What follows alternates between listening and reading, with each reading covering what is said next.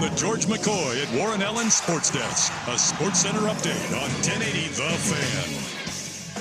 First on The Fan, one game in the Stanley Cup final today. Panthers looking to even up the series and steal a game in Edmonton. Oilers are favored at home on the money line at -115. Puck drop at 5. You can hear that game on 910 ESPN Portland, starting with the pregame show at 4:30. The NBA Finals, they're going to resume on Sunday in Oklahoma City. The Thunder looking to even up that series against the Pacers and probably will come from behind victory for Indianapolis. Thunder favored by 11, tip-off set for 5 p.m.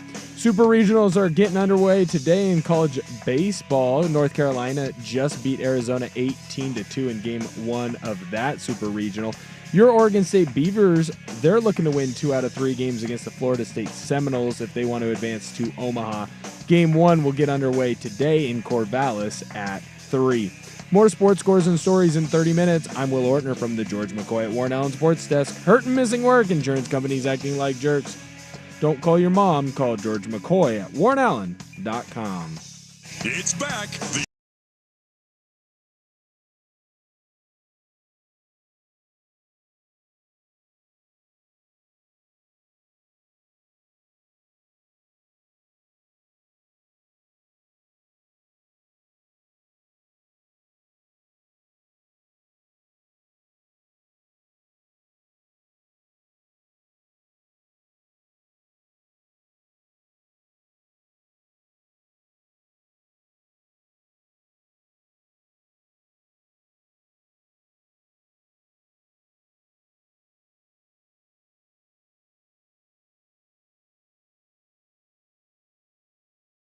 In for Dusty.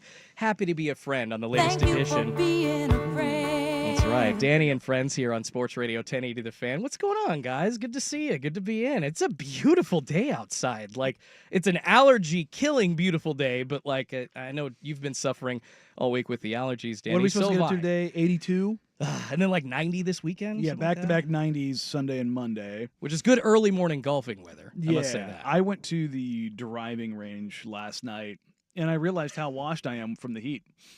Wait, like, you can't be out in it too long? Or? No, I was working on my driver yesterday. It was a driver day.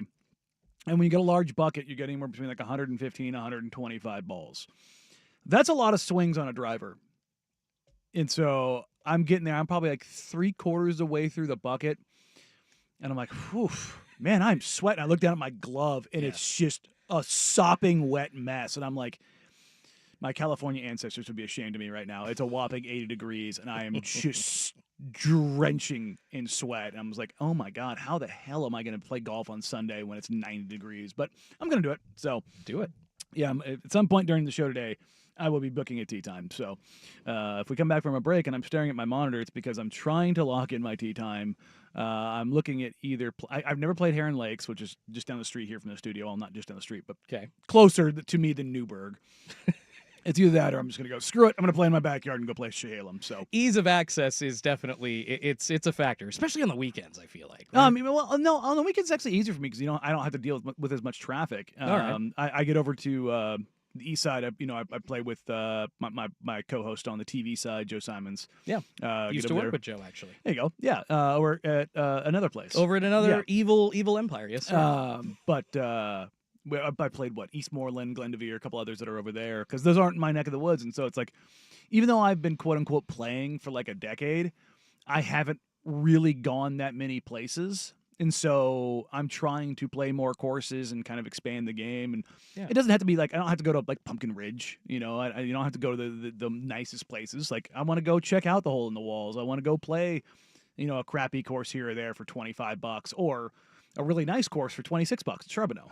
Hell it's yeah. like, even though it's a short-lived executive, that place is incredibly well kept. I live in Wilsonville. I love it. Yeah. That's where I've been at the driving range the past couple of weeks. It's amazing. Yeah, no. So I'm hoping I can hit pretty much the goal is basically by the end of the season to hit most of the metro area courses. Okay. So because by the end of the summer, I'm hoping to have played probably like 55, 60 times rounds. Damn. Man, I'm like 5 or 6 or 7 years behind you in this whole golf journey. Where like I am just this summer getting into like I'm gonna go buy my first set of golf clubs here probably in the next couple of months. I've been just salivating over that. It's that Callaway set at Costco for like what $550. It's great set to start with. I bought my clubs.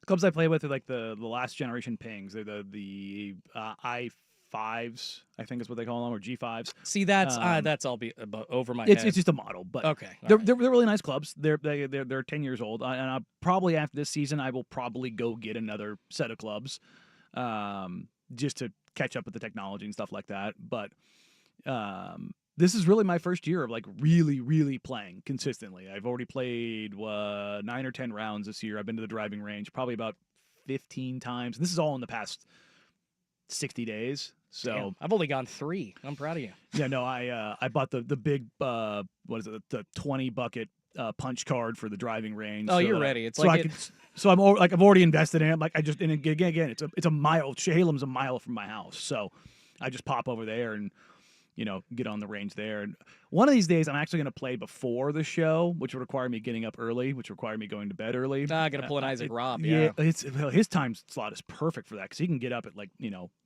whatever he wants. Well, and he likes to get up like at like 7 a.m. It's weird. No, he goes and golfs at 6. He gets the first tee time. Man, I could never. I'm not a morning person. I don't know if like as I get older, I'll become a morning person. I think it just happens no matter what. I don't know when it's going to happen to me, but eventually it will. Just wake up to piss and then I don't go back to bed. Essentially. Yeah, pretty much. But I mean, I'm aging into like this hobby of golf, so I'm going to age into that soon too. Right? Eventually, yeah. So, but no, I'm excited, man. This is get out there and really get cooked. I'm getting the golf tan lines in the worst possible way. My arms are dark, and then my top of my arms are very white. My ankles, I have like a just a cut line from my short socks because I'm not you freaking kids, Will. Oh my god. I'm not gonna. I'm an old man, dude. Are you still wearing short socks? Ankle socks? Are you wearing calf socks I to have try a to fit in? variety of socks. My sock drawer, I play all of my players. because you try to act like you're still their age. I've got some long socks. I got coward. some short socks. I got some no-show socks. Sometimes I even don't wear any socks at all. Well, speaking of golf tans, I think Will posted a picture yesterday on Twitter or X or whatever you call it that had the worst, just like you're talking about, Danny, with like, hey, have you seen a guy where he's been wearing a hat on the golf course all summer and he's got a white forehead? There was one spot on Will's left leg. Not my that leg. was so white, How- it was crazy. Not your leg. Not my leg. I Okay. would never have calves that little. Come on, man. I got stronger calves than that. That is my brother's calf. So if you have not taken a look at that, at Will Ortner. All lowercase. Shame.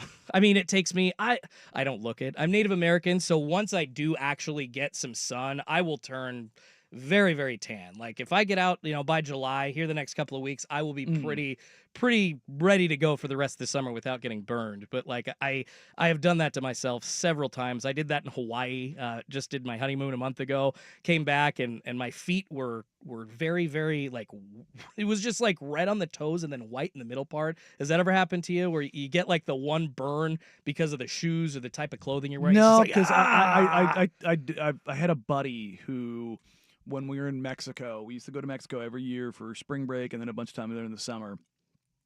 He actually got sunburns on his feet so bad that the tops of his feet blistered. oh no. And I don't mean like a little blister. I mean like a blister, like honestly the size of a coaster.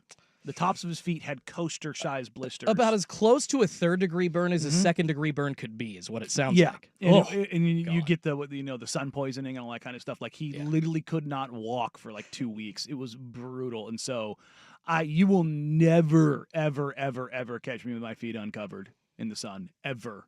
You ever. learned. Like even when I go to like the ocean or my wife and I are going to the Mediterranean this summer and I will have like either Crocs on or water socks or something. The tops of my tootsies, man, I will never, ever, ever, ever, ever, ever let that happen. Totally random thought as we're talking about sandals and covering your tootsies. Don't wear open-toed shoes or sandals on an airplane. And here's why. If you crash, trying to run away from that plane in sandals as they melt, is not a very good plan. Make Look, sure you buy some shirts. If the plane buy some crashes, shoes. I'm going down, man. Because I wear two things on planes. I wear sandals or I wear Crocs.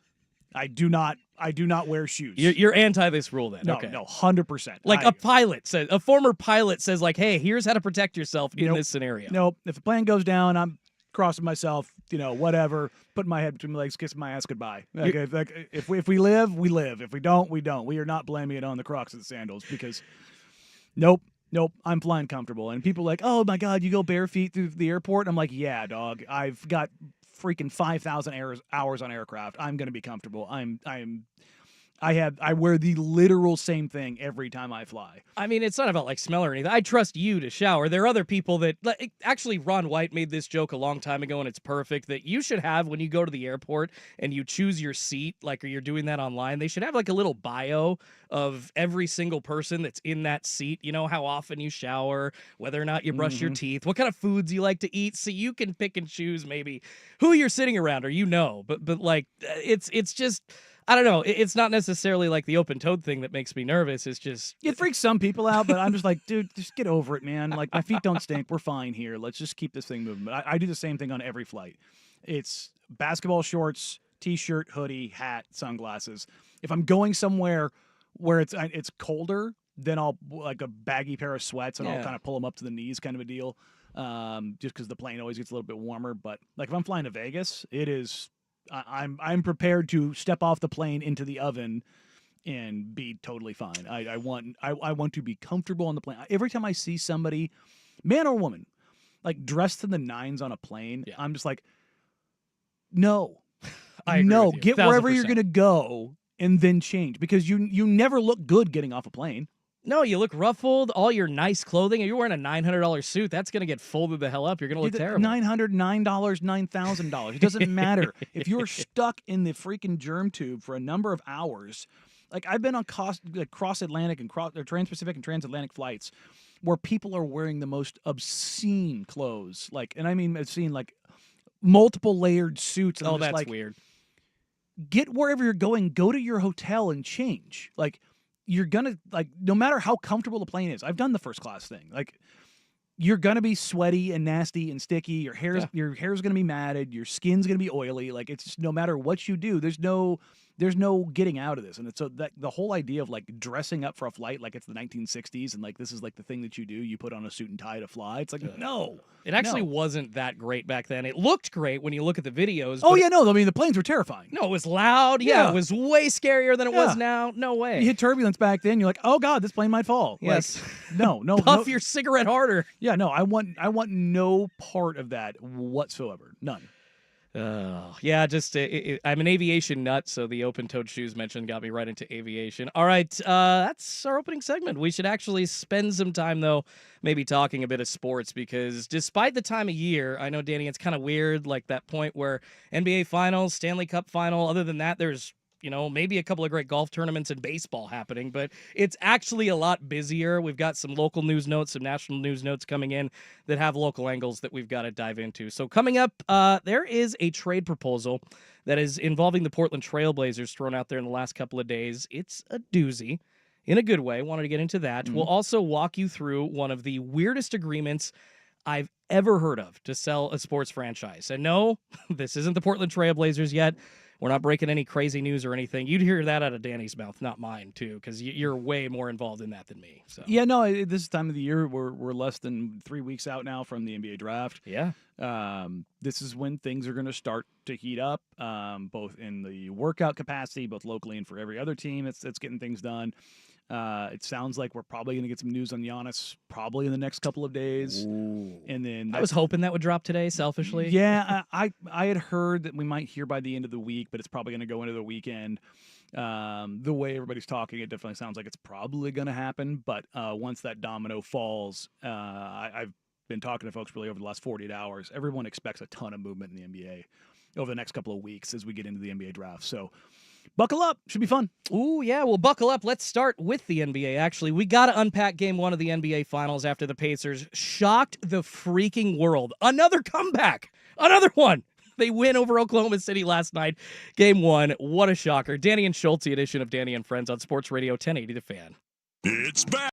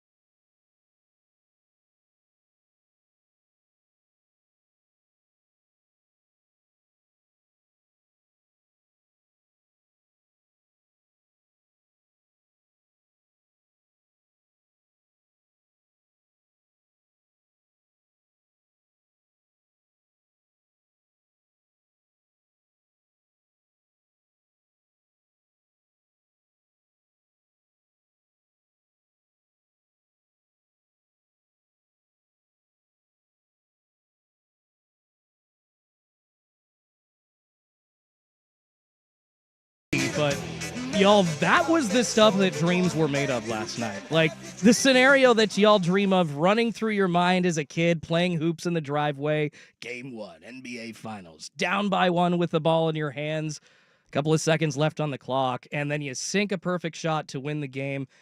We've already seen that happen.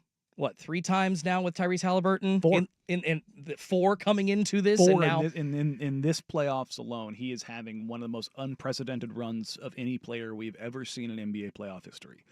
And we have spent the past week, no matter who has been in here, talking about the Pacers being a team that have a chance in this series. And all of the Thunder are going to win in 5. And I was just like, look, if the Thunder are going to win, the Thunder are going to win. Whatever. They're a great team, and I'm not taking anything away from them. Yeah. But this whole idea that we were just going to coronate them, to go full Dennis Green, crown them then. Crown them. Crown their ass. It's like they are who we thought they were, kind of a deal, But the Pacers were not just going to be happy to be there. And they are the zombie Pacers. They're the children of the corn, if you will, in Indiana. And it's just, they do not die. And doesn't matter. The lead got up to 15 in this game? Yes, that was the highest lead. And they cut it to 6 in the fourth quarter, and I tweeted out, "Here they come." And when you're within a couple possessions against this team, they just find a way. And despite turning the ball over, was it 25 times, 19 in the first half? Unbelievable. And so many of them, and we talk about pace and the things that the Pacers do, and OKC being a team that thrives in the chaos as well. I don't want to take away from the Thunder because they were doing things to force turnovers and make Indiana uncomfortable. But so many of the first half turnovers, particularly the early ones from Obi Toppin. Obi Toppin has 3 turnovers in basically the first 5 minutes of the game. Yeah. When he gets on the floor, and I'm just like, good God, Obi, calm down, dude. So many of them were. You can give the Thunder credit for making Obi be erratic. But I think it was finals nerves. Halliburton, the mic'd up, caught him saying, "Yeah, I was a little antsy." Well, neither team's been there before. Pascal Siakam is really and Alex Caruso are the only guys that have been there in any real capacity. And Rick Carlisle. Yeah, and I'm sure Carlisle's over there to go and look. This is gonna be different. This crowd's gonna have this juice and all these things. And I think I heard him mic'd up say, "Hey, man, just play your game, guys. Just keep shooting your threes. They're not going in right now, but that's okay." And, when Will was in yesterday, one of the things we talked about, how can the Pacers win a game or win this series? And I said, they need to win game 1. That's the game I think they're going to win if they're going to do this. And because it's going to put OKC on the back foot.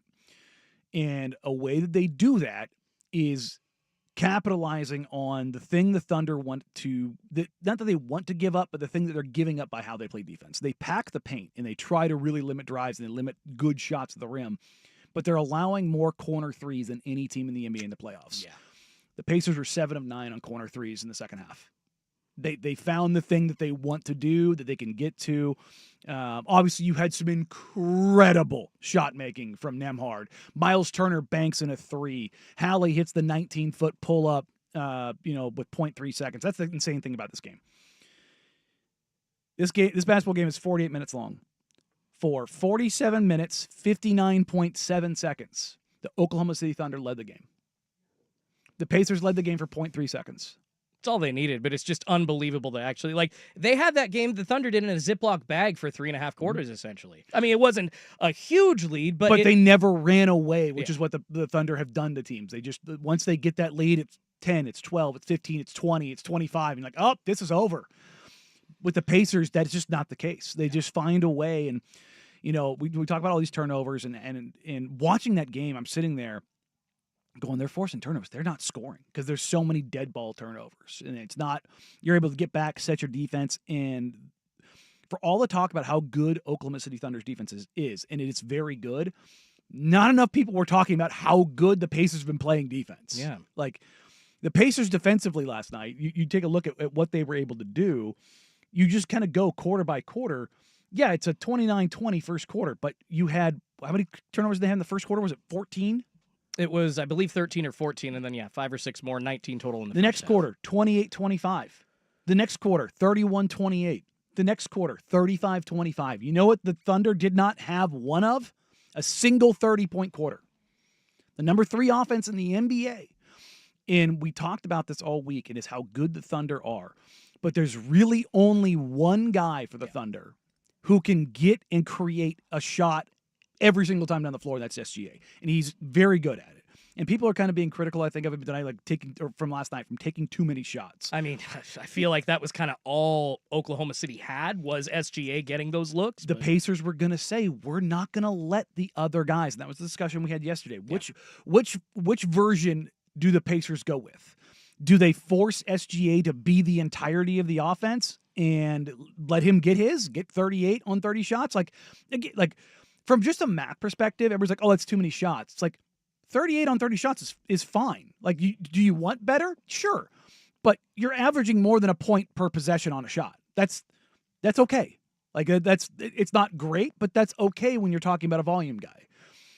But nobody else shows up for him last night. Nobody else with any consistency. Chet was bad.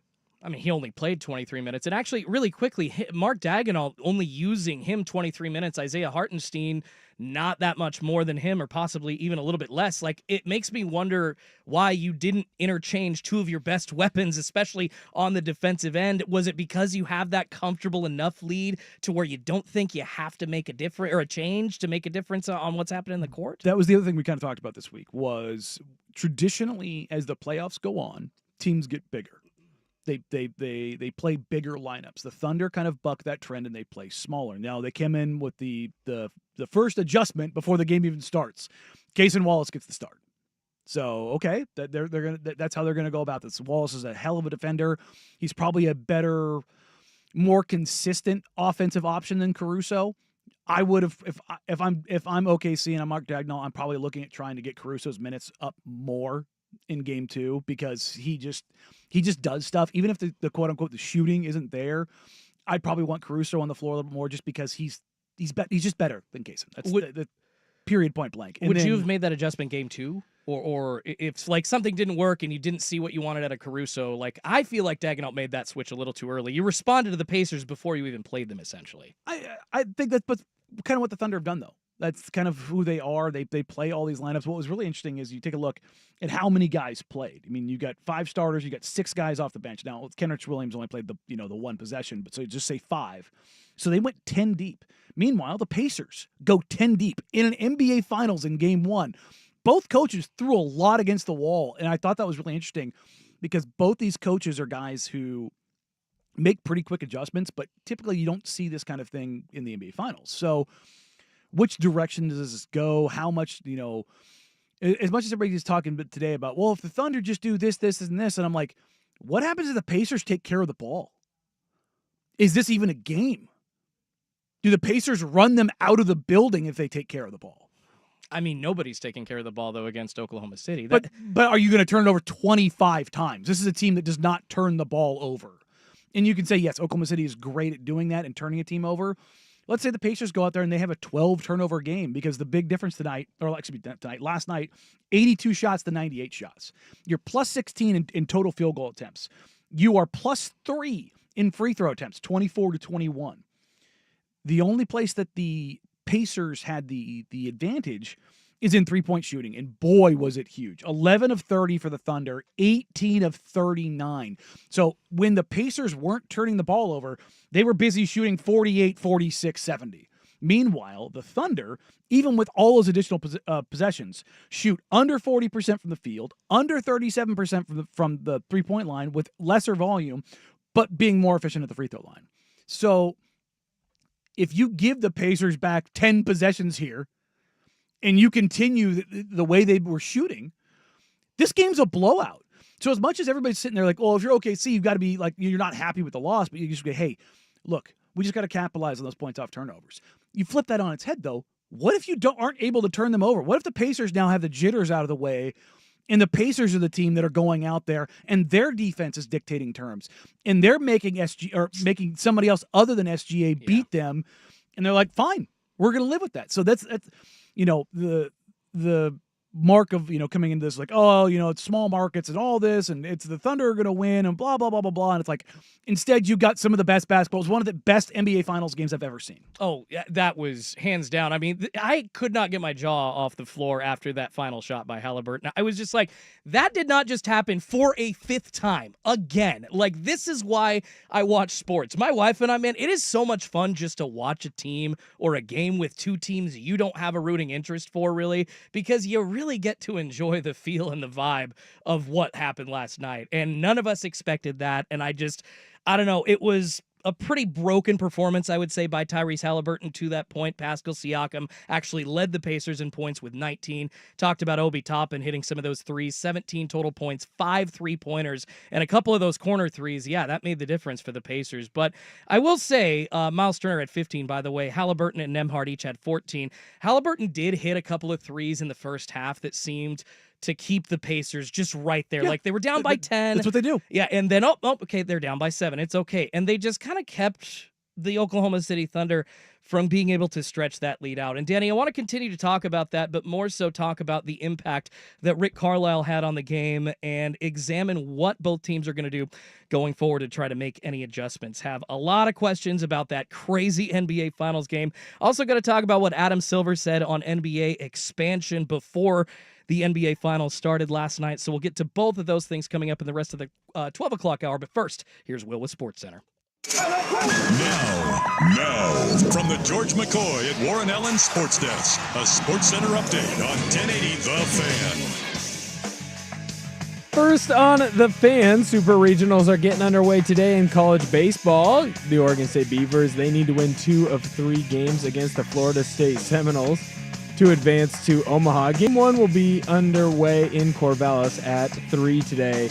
In the MLB, Mariners are back in action today, taking on the Angels in Anaheim. Bryce Miller on the mound for Seattle. Kyle Hendricks on the mound for the Angels. First pitch is scheduled for 6:38. Rough news for the Ducks, as reports out of Eugene indicate that wide receiver Evan Stewart suffered a knee injury earlier this week that could affect his availability for the rest of the season. No official word has been released, and he will undergo further testing to discover the full extent of his injury. More sports scores and stories in 30 minutes. I'm Will Ortner from the George McCoy at Warren Allen Sports Desk. Hurt and missing work. Insurance companies acting like jerks. Don't call your mom. Call George McCoy at warrenallen.com. The Fan Merch Locker has a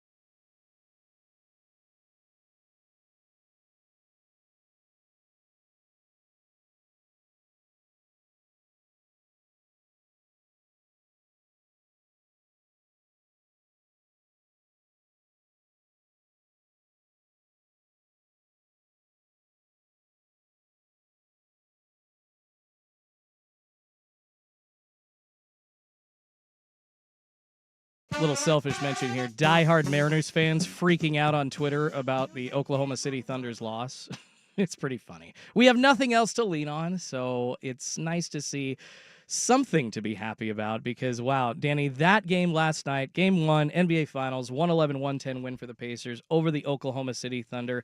Shocking for a team that, the Thunder coming into the NBA Finals, 5th time in NBA history, so they've obviously, as a franchise, I don't want to say the 5th time total for the Thunder. 2nd time for the Thunder. The Sonics went 3 times, but that's another argument. 29-1 against the Eastern Conference Finals this season. They've got history as an organization. They were really good this year. People just put those things together, said, you know what?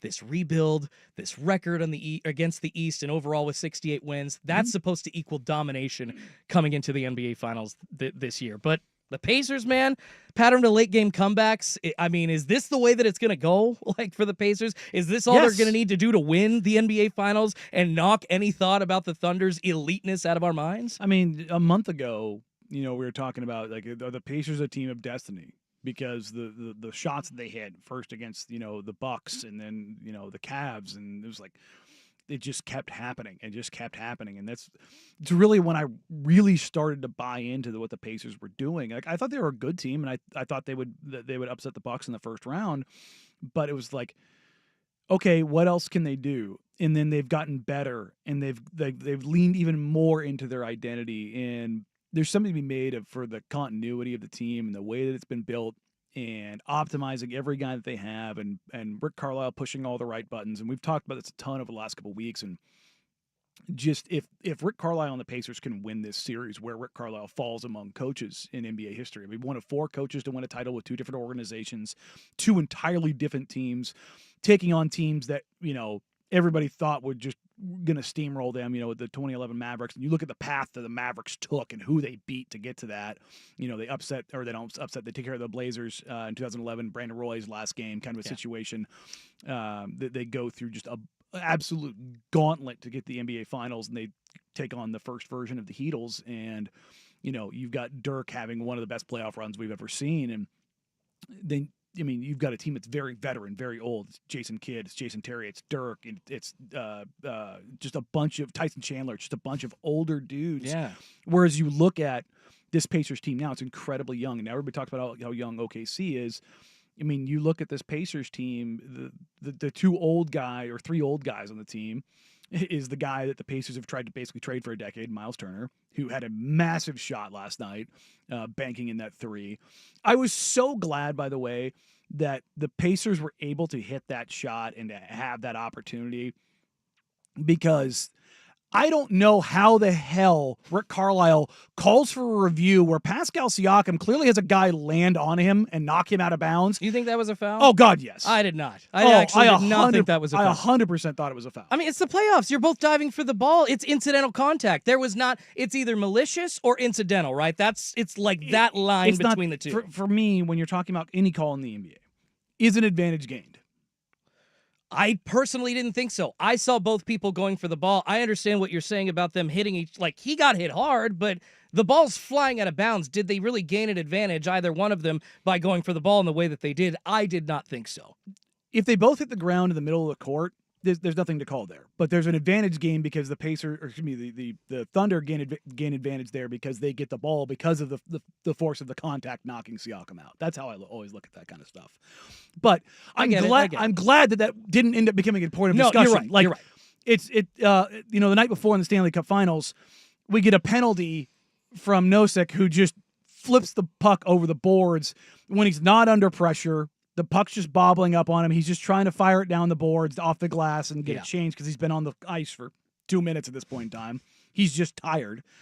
And that's ultimately what ends up deciding the game. And it's like, don't get me wrong, overtime and having all that stuff, but having it basically kind of be decided by just that sucked. I didn't like that part of it. It was the only part about the game for the NHL side that I didn't like. And I didn't want the Thunder to get a basket out of that and be like, ugh, here we go. And have that be something we just litigate over and over and over again.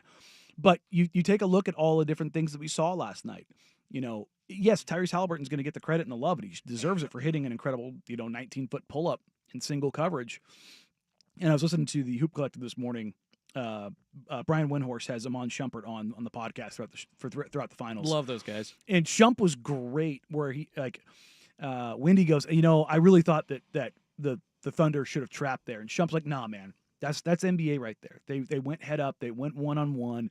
And Windhorst said something along the lines of, yeah, but he kind of played him for the drive. He's like, well, yeah, the player understands that it's a 1-point game and a 2 is enough. So you got to be able to take away the drive. And so you're not playing him necessarily for the step back. So him getting that pull-up shot, that's just a professional shot. And, Windhorst followed up with like, well, I would have blitzed, and Shumpert kind of hit him with those shots at the end of the game, though, no matter who it is, they just tend to go in when you leave somebody just butt naked, like those corner threes. So if you trap Tyrese Halliburton there, who is an incredible creator, and if you show 2 on the ball too early, now somebody is butt naked in the corner, and you have this opportunity to hit this shot, and now you're down 2. Yeah.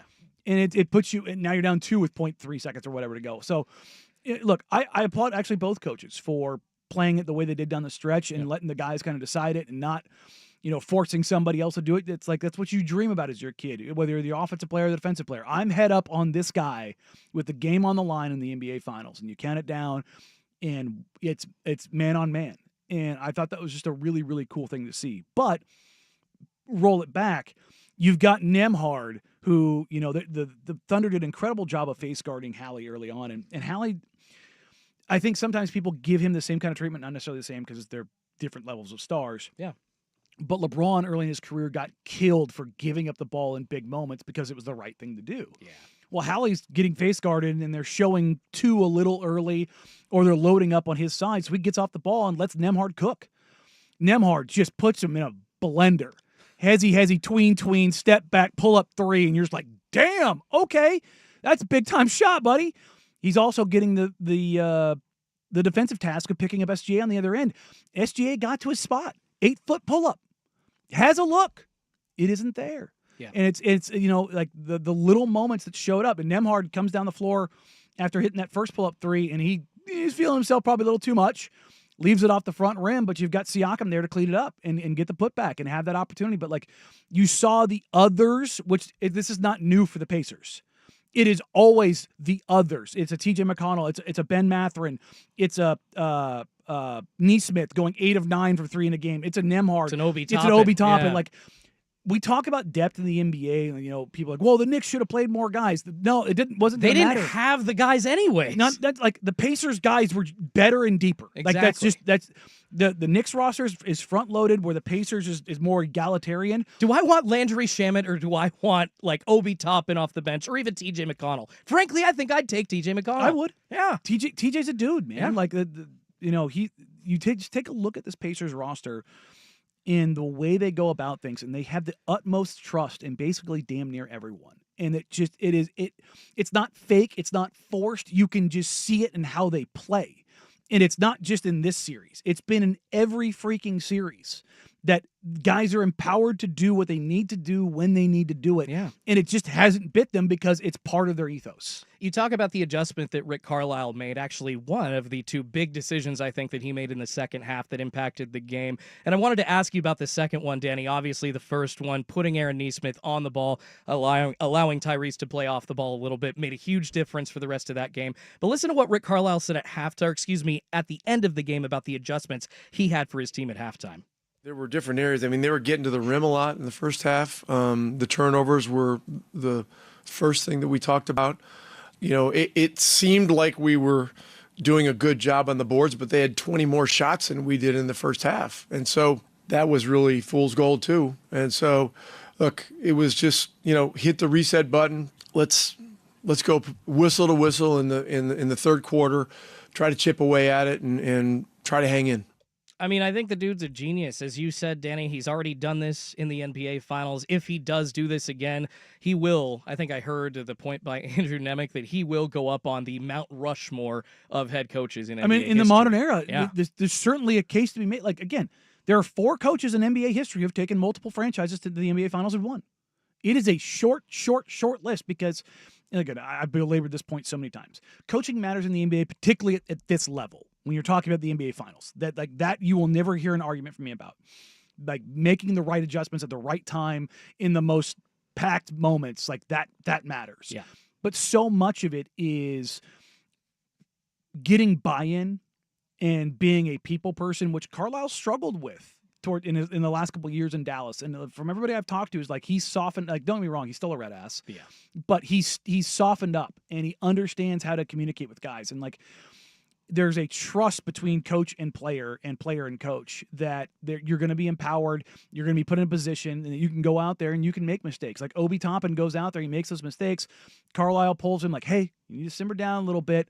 Thomas Bryant goes out there, makes some mistakes. He's like, okay, can't go with this any longer. Obi, I need you to chill. Get back out there, right? And it's just understanding the pulse of your team. Yes. But you have to have the players to do it. Yes. It's Jimmys and Joes, not X's and O's. And most coaches just aren't blessed enough to have that opportunity with another organization.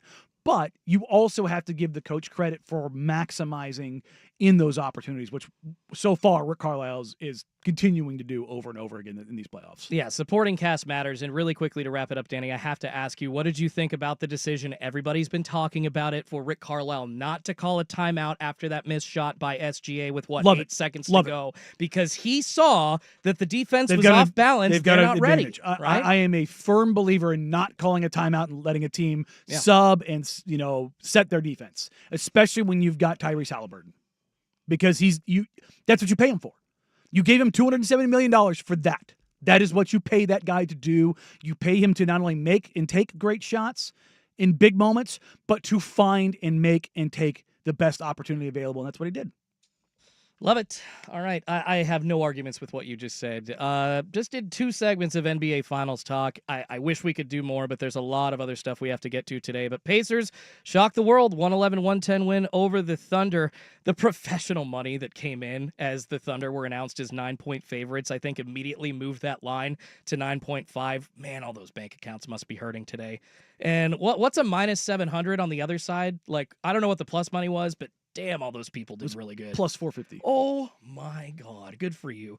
Congratulations. We'll actually get to some betting stuff here at the top of the 1 o'clock hour. Dick Girardi joining us to talk about the Belmont Stakes coming up this weekend. But first, switch gears, talk a little college football. The Oregon Ducks got some bad news today. It's 12:48 on the Fan.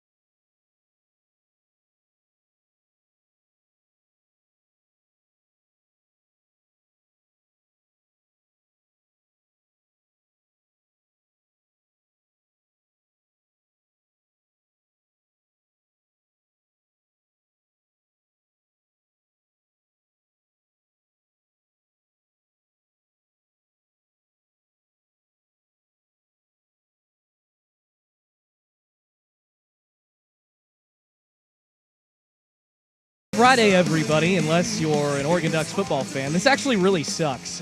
Breaking news this morning came through the wires via Pete Thamel on CBS Sports, although I do believe that Zachary Neal from Ducks Wire actually broke it first. Like, I hate when the local guys don't really get the credit. Like, it's always to the national guys. I get it. That's who has the biggest following on Twitter, but I saw it from Pete Thamel, saw it from Zachary Neal. Evan Stewart, Oregon wide receiver, out for most likely the entire season coming up here in 2025. One tweet specified a knee injury. Will Ortner and I were looking before the show, saw one other tweet said a torn patellar tendon, which that is the tendon to the kneecap.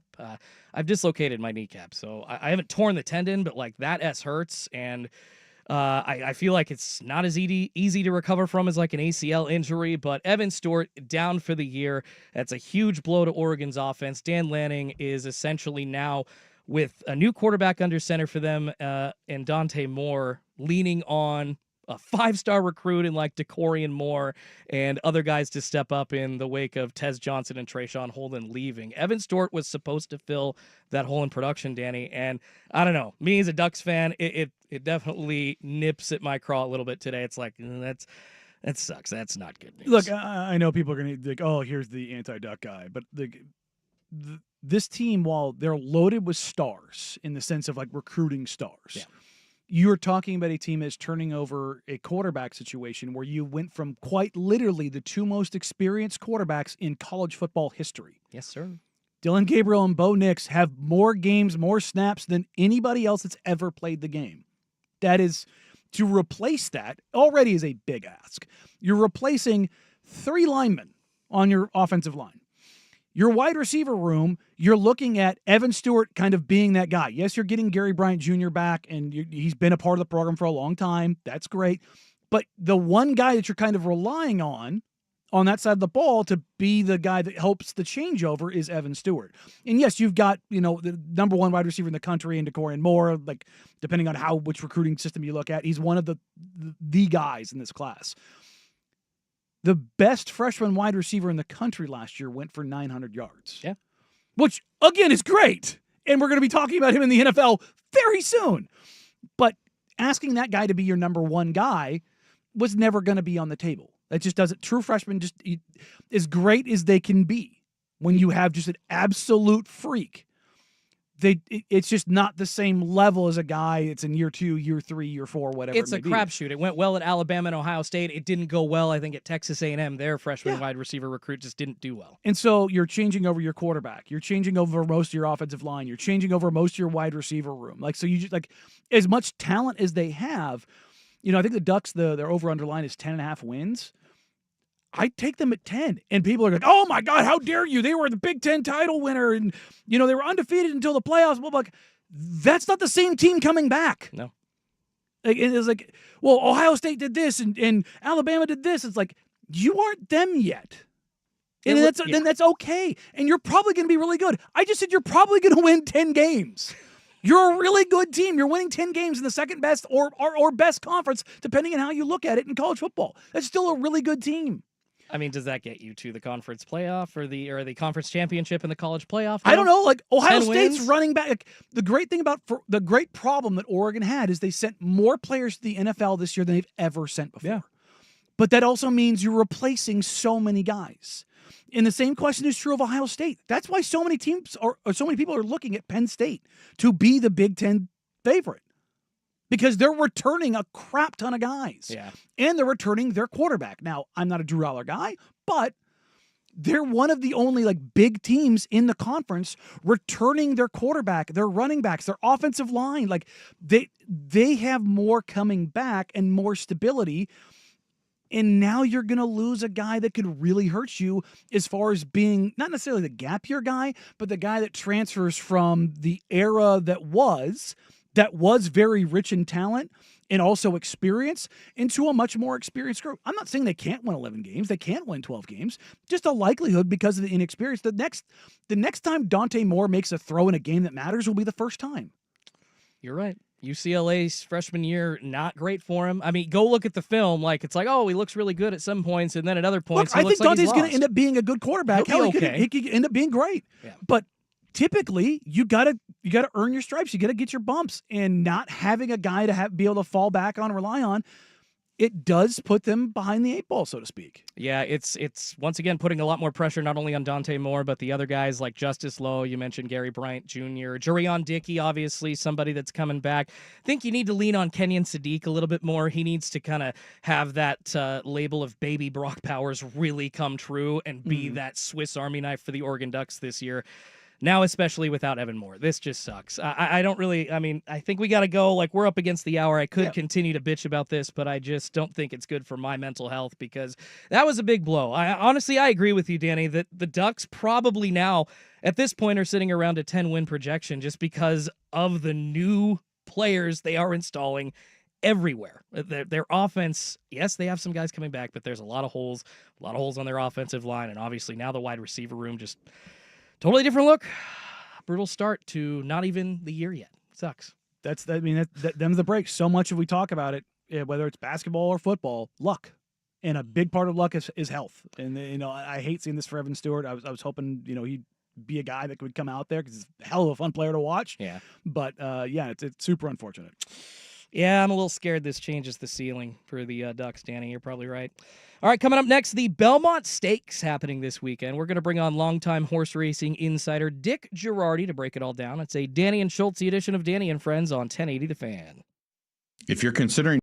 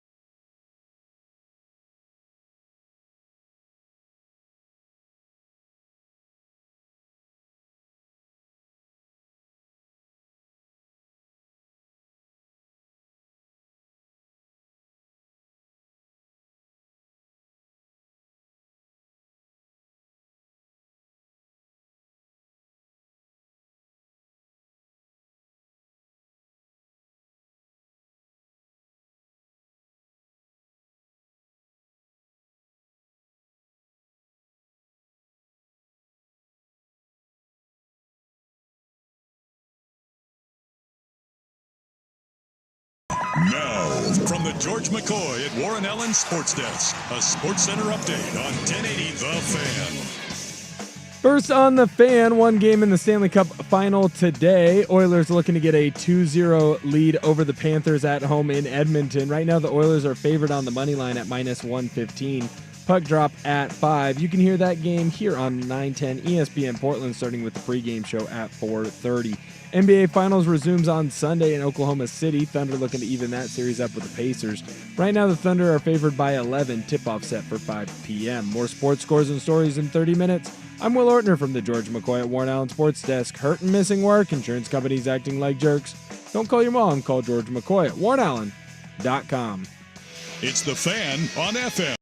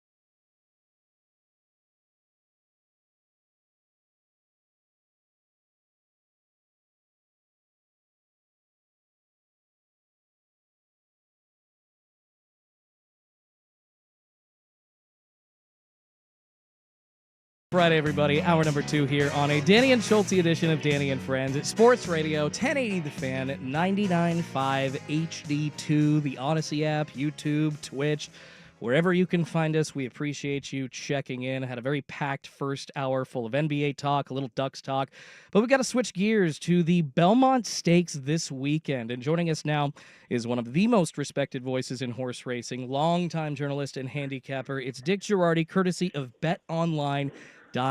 Dick, thank you so much for coming on the show again. How are you, man? I'm doing great. What's happening out there? Beautiful day here. Not necessarily a horse race to attend near us, but still excited to get out and enjoy the weekend here with Danny. But start you off with an easy one. Obviously, this year, Dick, not going to see a Triple Crown winner, but the Belmont Stakes still very, very exciting. How does that, without the Triple Crown winner around, how does that affect the excitement and the vibe and the narrative coming up this weekend?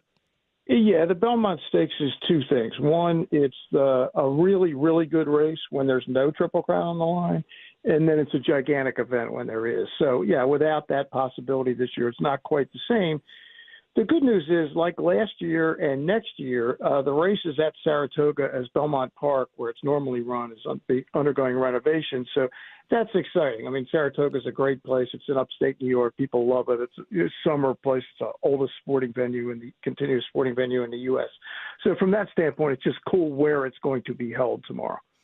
Dick, I haven't been to many horse racing venues in my life, but one of my best friends is from Saratoga. Got married up there. We went up there, saw the Shakes and Bill Parcells and all of the pomp and circumstance that Saratoga has to offer. What is different about the opportunity to be at a different place? And how differently do they prepare, and how differently do they kind of look at this since you're going to be on a different track? So a couple things. One, they're running it at a different distance. Typically, the Belmont Stakes is 1.5 miles, and that's the circumference of Belmont Park. So it's one time around. Because Saratoga is 1.1 mile track, not 1.5 miles, there's really no way to run it at the normal distance. So they're running it at 1.25 miles, which is the same distance as the Kentucky Derby. So that's different. The fact that it's not, it's upstate New York, it's not Long Island, and it's just, you were there. It's just a cool town. Anybody that gets a chance, it's 30 minutes north of Albany, the state capital, and it's like going back in time. Mm-hmm. It's all these Victorian homes, and were built like centuries ago in some cases, and this racetrack that's it's the centerpiece of the whole town. Mm-hmm. And in July and August up to Labor Day, horses have the right of way on Union Avenue, which is the main thoroughfare. If you're driving and there's a horse coming, you're stopping, not the horse. That's Saratoga Springs. Dick, when you look at this, how the preparation, we talked about the analytics of horse racing, how much it's kind of exploded the last time we had you on. How much does that feed into the preparation and the changes of being at a different course, and how, when you're talking about these horses, they're 2 and 3 years old when they get prepped into this. How much planning does that go into this? Because when you're spending this much money and these opportunities, and that you're not going to be at Belmont, is the preparation become different? Does how the owners and the jockeys prepare for this? How different does it become? Yeah, probably not a lot, because keep in mind, many of these horses that are going to be running tomorrow were horses that were on the Kentucky Derby trail, right? Maybe they didn't quite make it, or they made it, ran well and won in case of Sovereignty, or ran well in the case of Baeza, and now it's 5 weeks. So from that standpoint, that part of the preparation doesn't change much. The real difference is just the venue. Obviously, it's easier to get to Belmont Park. It's not that all that far. People familiar with the geography, it's very close to Kennedy Airport, not far from LaGuardia, so it's a lot easier for people to get there. But yeah, I would say the preparation for the horses, probably not a lot different, just because of where it is. We're talking to horse racing handicapper Dick Girardi, courtesy of betonline.ag. Dick, a question kind of related to what you were just talking about. There's been some ongoing debate about the spacing of the Triple Crown races. What's your take on adjusting the schedule to maybe better suit like thoroughbreds now as opposed to before? Yeah, I think it should be changed. I've thought that for probably 20 years now. And the best analogy I can give for people that don't follow horse racing, there was a time, like when I was growing up, I grew up in Baltimore, with the great Orioles teams where they would have, 50, 60, 70 complete games in a season, right, by pitchers. That's unheard of now, right? Yeah. Now there's the pitch count. In basketball, there's people, if you play 65 games, you're overused. Horses are kind of the same. They just don't run as often.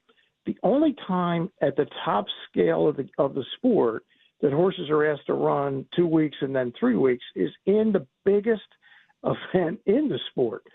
So why not change with the times? I think you'd have probably had Sovereignty in the Preakness this year if it had been a month instead of 2 weeks, and you want the best horses. Mm-hmm. So I do think it's time, and I think the timing is about right. So Pimlico is undergoing renovations like Belmont Park. Both will be back on for their races in 2027.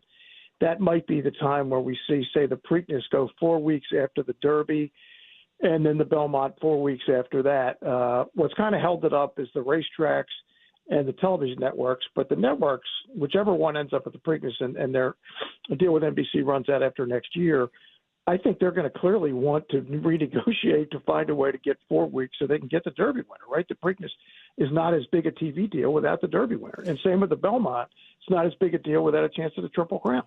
Yeah, so I think it's going to happen. Those opportunities, feel like if you're talking about the monetization and the way we consume content now, that is the almighty decider. And you want to have the best horses available for your marquee events that are going to draw in the eyeballs. And even if we don't have every single marquee horse in this race, when you look at, which is what everybody gets excited for, when you look at the bets and the props that are available right now, what's jumping out to you from, at least from the winner's side of things?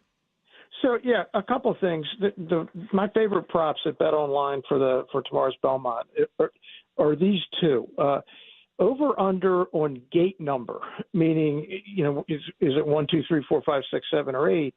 And I like over 4.5 because in that case you get the 6 Baeza and the 7 Journalism, which finished second and third in the Derby. You don't get Sovereignty, but to me you get 2 of the 3 best horses in that case, and it's an even money bet. So I like that prop at Bet Online.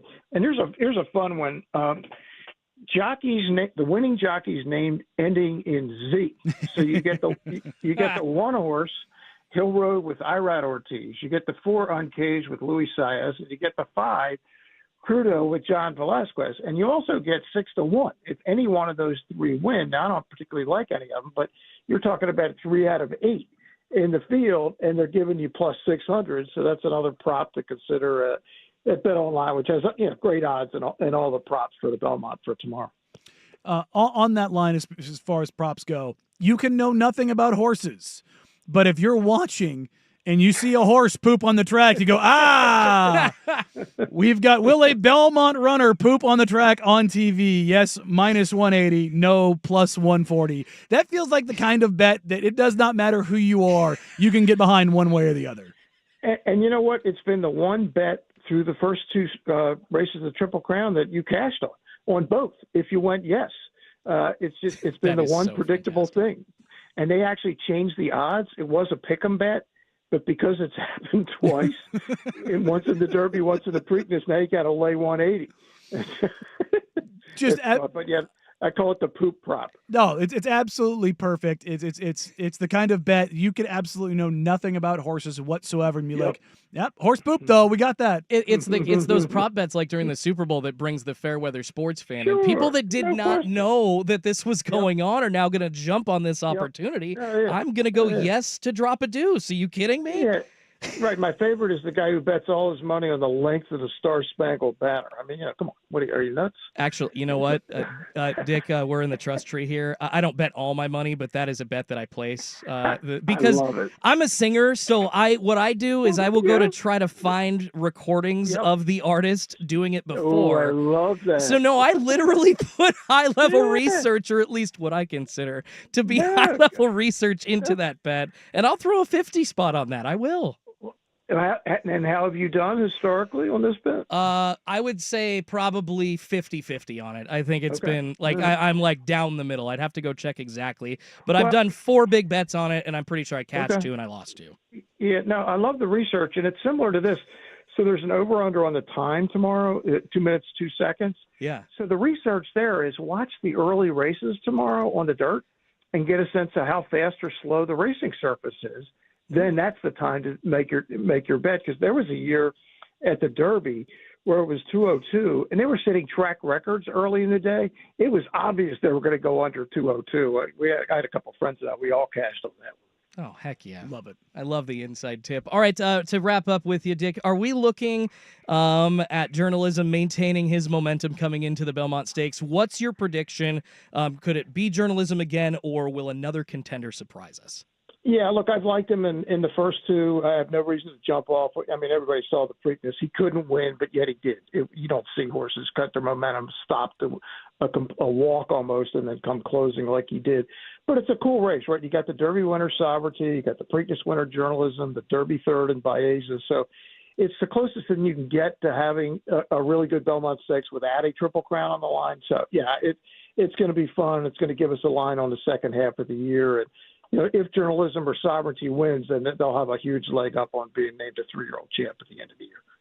All right. Appreciate it, Dick. It has been an absolute pleasure having you on the show, man. Thank you so much for giving us your time again. Your deep knowledge and passion for horse racing shine through so brightly. Appreciate the valuable insights, man. Seriously, I did not know about the poop bet. I am so excited to go place a yes for that. Appreciate you sharing your expertise with us today, and we look forward to having you on again, man. Sounds good. Look forward to it. Thanks, guys. Enjoy the race, Dick. Yeah, I appreciate it. Yeah, Dick Girardi, brought to you by betonline.ag. Check out BetOnline for the most up-to-date odds and props on the 157th running of the Belmont Stakes. That was awesome. I love when I just get, like, dropped, no pun intended, but dropped new items of specifically sports betting nuggets that I have never heard about before. Girardi's great, man. Oh, my God. I'm not a huge horse racing guy, but every time they reach out to us, like, hey, do you guys want to have Dick on to talk about horse racing? I'm like, hell yes. Always. He just always has something. I'm just like, this is great. I love this. Man, that was awesome. So, yeah, enjoy the Belmont Stakes this weekend. Lots going on, actually, in the world of sports this weekend. Obviously, the Belmont Stakes, the Beavers at 3 o'clock taking on Florida State in the Super Regional. You got Stanley Cup Game 2 action tonight, the NBA Finals Game 2 on Sunday. But coming up next, let's switch from horse racing to the NBA trade market.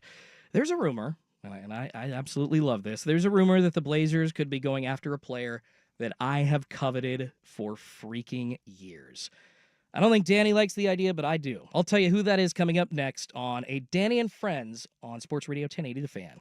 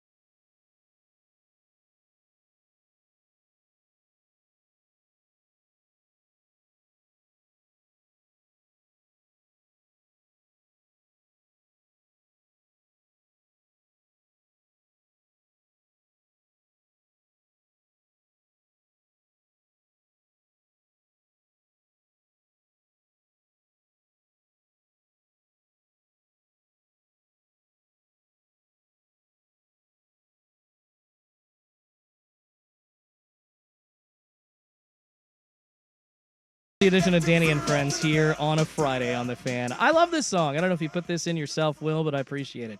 Tootsie Roll came out in like 94. I heard it, I think I was at Dixie Tavern when I was 22, 23.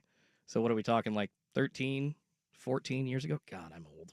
I almost just swore about it, like just how much time has passed. But the first time I heard that song, like I was like so Gen Z in that moment, like it didn't exist before I came along and I had just discovered it. But no, it's been around for 30 plus years. I get down to beats like that.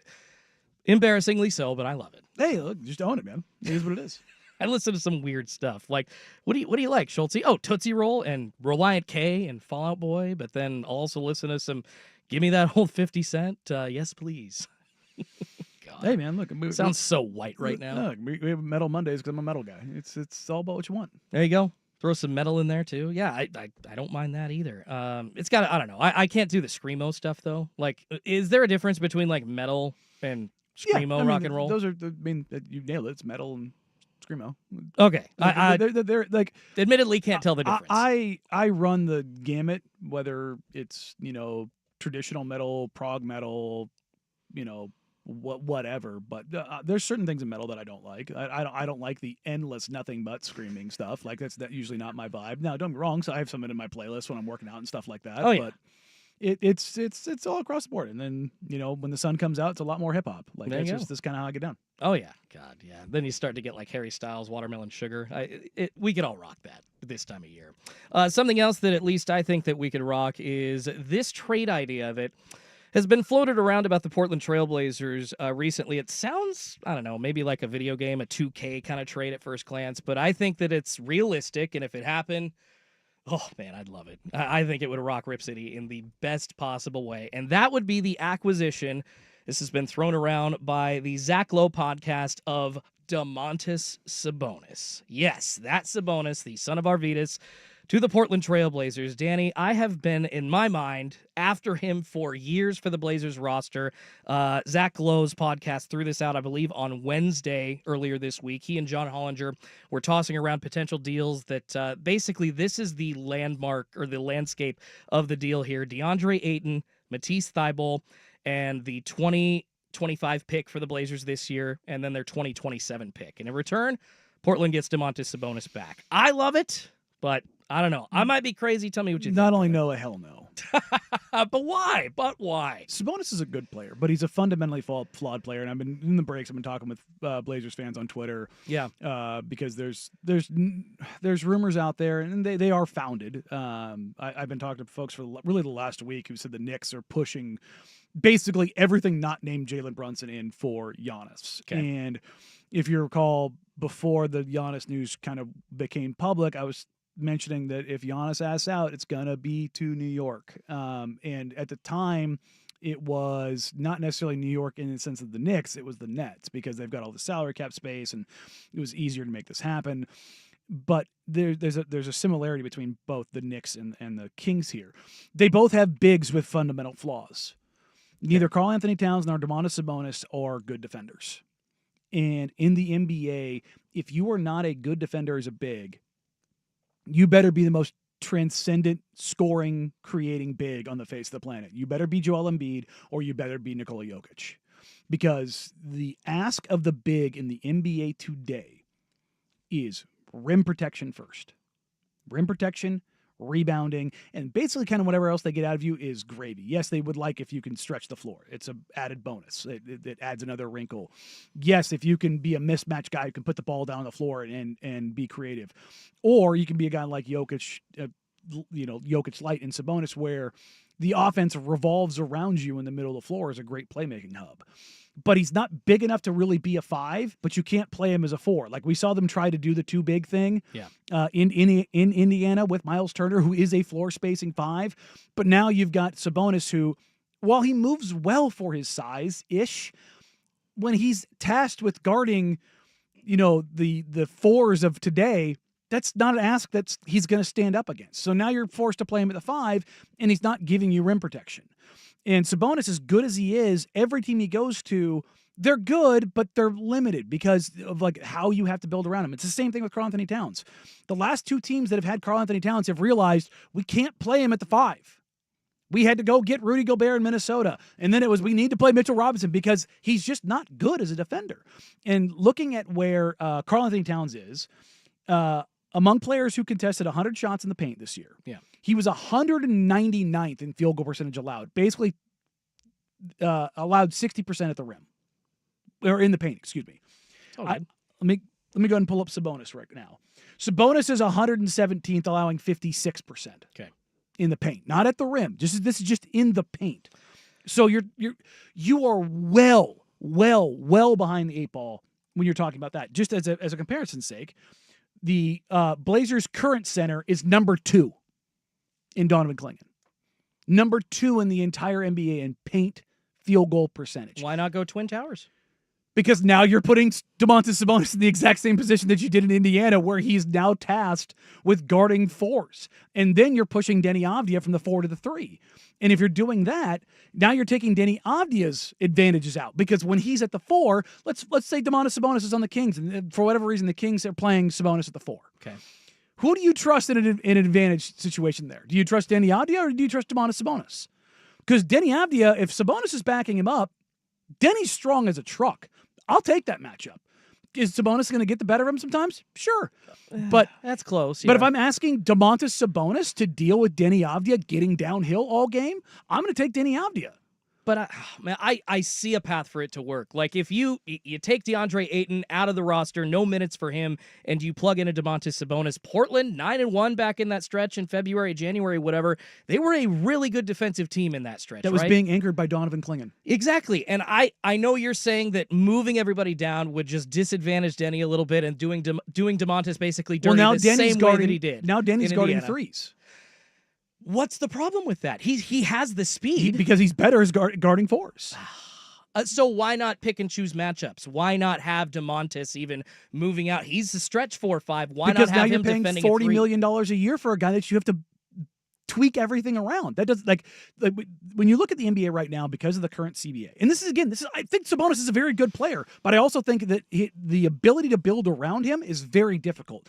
Whether it's Sabonis, whether it's Karl Anthony Towns, whether it's Zach LaVine, whether it's Michael Porter Jr., these guys that are making $40+ million, where the limitations of their game can be so incredibly drastic. Those inhibitions and those limitations are huge. Look at the teams that are in the NBA Finals. They have guys that are multidimensional that you're not limited around. They're very pliable. Yeah. And depth and that pliability, that matters so much right now in the NBA. And the guys that in the past where you just kind of automatically gave a max or a near max to the Zach LaVines, the Sabonis's, the Michael Porter Jr.'s, the Karl Anthony Towns, I am very interested to see what that looks like over the next 5 years in the NBA because I don't think any of those guys like that are going to get those deals going forward because of how prohibitive they can be to team building. Like the story coming about around the Knicks chasing Giannis is, okay, what are the Bucks like? What would they want with OG Anunoby or Mikal Bridges or Karl Anthony Towns? You're talking about a team that's rebuilding. Those are guys that are in prime and going to go do something. And that doesn't really help them right now. And it puts them in the same position of like, okay, let's just say it's a straight 1-to-1 transaction. You know, they got those 3 guys, blah, blah, blah. And it's not how it would work. I'm just using this as an example. Well, now what do? Now they're pigeonholed in how they have to build around that going forward. Yeah. And if you're trying to actually make this deal for the Knicks, you have to try to send Karl Anthony Towns to another destination or to the Bucks. I don't think the Bucks are particularly enamored with Karl Anthony Towns. I don't think many teams are. And so now what can you extract from another team that you send to the Bucks to make this happen? This Giannis to New York feels very reminiscent to Dame to Miami, where the prestige market with all the shine wants the thing, but doesn't have the necessary things to make it happen. It's a little too out there. And you're talking about it. Look, I love Dame, but Giannis is a better player all time. I don't think anybody's going to argue that. No. So you're talking about get a better player who is still younger than Dame, and we just came off a year where we finished 3rd in MVP voting. So the ask is going to be more drastic. So the Knicks are going to need to find assets for Karl Anthony Towns. They wouldn't have any problem getting assets for OG Anunoby. Not at all. Because I think he's a very wide market. They have pieces. They're not going to get the 5 first-round picks that they gave up for Mikal Bridges. Hell no. Because of the year that he had. Well, that was stupid. Well, I still think Mikal's a very good player. But I agree, yeah. But like they're like, oh, they could do this if they just do this, and this. And I'm like, what team in NBA history has been able to make the 7-team trade?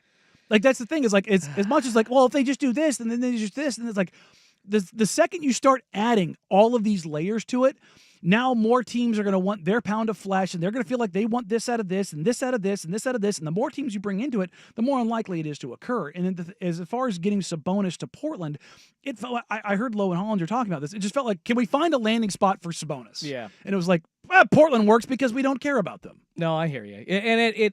And again, I like Sabonis. I think he's a good, fun player, but I think he severely caps what you can. I think both him and Kat severely cap what you can do with team building, not because of their financial restrictions, but because of the actual playing circumstances that you have to get perfect around them. I mean, I hear you with Lowe throwing it out. It is kind of still like that ancillary thing for the Blazers that I wish that they would get a little bit more respect in the trade markets and, national media. It just always seems like the Blazers are like the stepping stone or just getting kicked to the side, facilitating trades for other teams. But this looked to me like, I get it. It's just, try to find something for him. Get rid of him wherever. But Portland fits just because I do feel like I understand you don't see the pieces there with this team. I do. And I feel like Portland, as weird as the vibe is with this team right now, for sale, extending a coach that not necessarily, at least to me, showing that he actually earned that extension, to turn down a player that's 7th and 8th in MVP voting, 10th in DPOY voting a couple of seasons ago, 3rd team All-NBA twice. Like, I might just be getting hung up on the accolades, Danny, but like, he's a good player. This is the type of the player that the Blazers season tickets would sell immediately. This is the kind of something that fans could get behind. I don't care. Really? I don't care. I don't care what they can get behind or what they can't get behind, because I want a team to build towards a title, and I think there's a very, very real ceiling if Sabonis is on your roster. And there's a reason why the Pacers made the trade that they did. There's a reason why the Minnesota Timberwolves made the trade that they did. There's a reason why Karl-Anthony Towns is being shopped right now. Players like that, as good as they are, they are very limited they're very good at what they do. Yeah. Kat is maybe the best 3-point shooting big man in the history of the game. He's not the best shooting big man. That's Dirk. But, there's somebody on Twitter right now. He says 25 points per game or 42% from 3, and he's not running the offense. Kat, being surrounded by good defenders, has gotten to 2 straight conference finals, but you make him sound like he's not a winning player with useless advanced stats. Okay. Why are the last 2 teams looking at getting rid of him then? Why did one get rid of him, and why is the other one looking to make another move? I mean, the Knicks really wanted him from what we've heard, though, and I feel like they wanted to get off of Julius Randle, and they needed to make something move, and there was only so many avenues they could go down. And Julius Randle's another one of those players. But Kat paired so much better with Jalen Brunson. If I'm Leon Rose, it's like, did he though? Because there's a lot of times when Kat wasn't getting used because he didn't fit directly with Jalen Brunson, because Jalen Brunson's a scorer, not a creator. Well, that might be on Thibodeau, and maybe why he's not there. Or it's on the roster that doesn't make sense. And if you go through enough teams, maybe he's just not good enough. All right. I see your point. And then back to Sabonis, man. Like, I might just be biased with this. I might be the guy that got an Arvydas Sabonis jersey for Christmas from my wife 7 years ago and started crying because I am such a diehard Blazers fan and I long for the vibe of nostalgia. But I legitimately look at this guy and think that he could fit into this lineup and make them, at some point with a couple other pieces, a championship contending team. I understand that you don't, and why, Danny. Damn it, I disagree, brother. I really disagree. It's okay. All right, I get it. Yeah. I love that trade. I think it would give this team direction. Call me nostalgic, but I love me some Sabonis. Sign me up yesterday. Let's shift gears, though. Find out who gets the worst day on the web. It's actually something that could happen to every single one of us. That's next. But first, here's Will with SportsCenter. Now, from the George McCoy at Warren Allen Sports Desk, a SportsCenter update on 1080 The Fan. SportsCenter is brought to you by Big's Chicken. Try their smoked and fried wings, tossed with the perfect dry rub and served with a killer trio of sauces. Menus at bigschicken.com. First on the Fan, Super Regionals are getting underway today in college baseball. Right now in Louisville, the Cardinals are up 7-1 over the Miami Hurricanes. It's the bottom of the 3rd there. Right now, Louisville has 1 out, runners on 2nd and on 1st. Oregon State, they're going to play the Florida State Seminoles. Game 1 of that action is going to take place today in Corvallis at 3. Beavers need to win 2 out of 3 games they want a shot to advance to Omaha. In the MLB, Mariners are back in action today, looking to get a series victory over the in-division Angels. That one's going to be in Anaheim. Bryce Miller on the mound for Seattle. Kyle Hendricks on the mound for the Angels. First pitch scheduled for 6:38. More sports scores and stories in 30 minutes. I'm Will Ortner from the George McCoy at Warren Allen Sports Desk. Hurt and missing work. Insurance companies acting like jerks. Don't call your mom. Call George McCoy at warrenallen.com. It's back, the 11th annual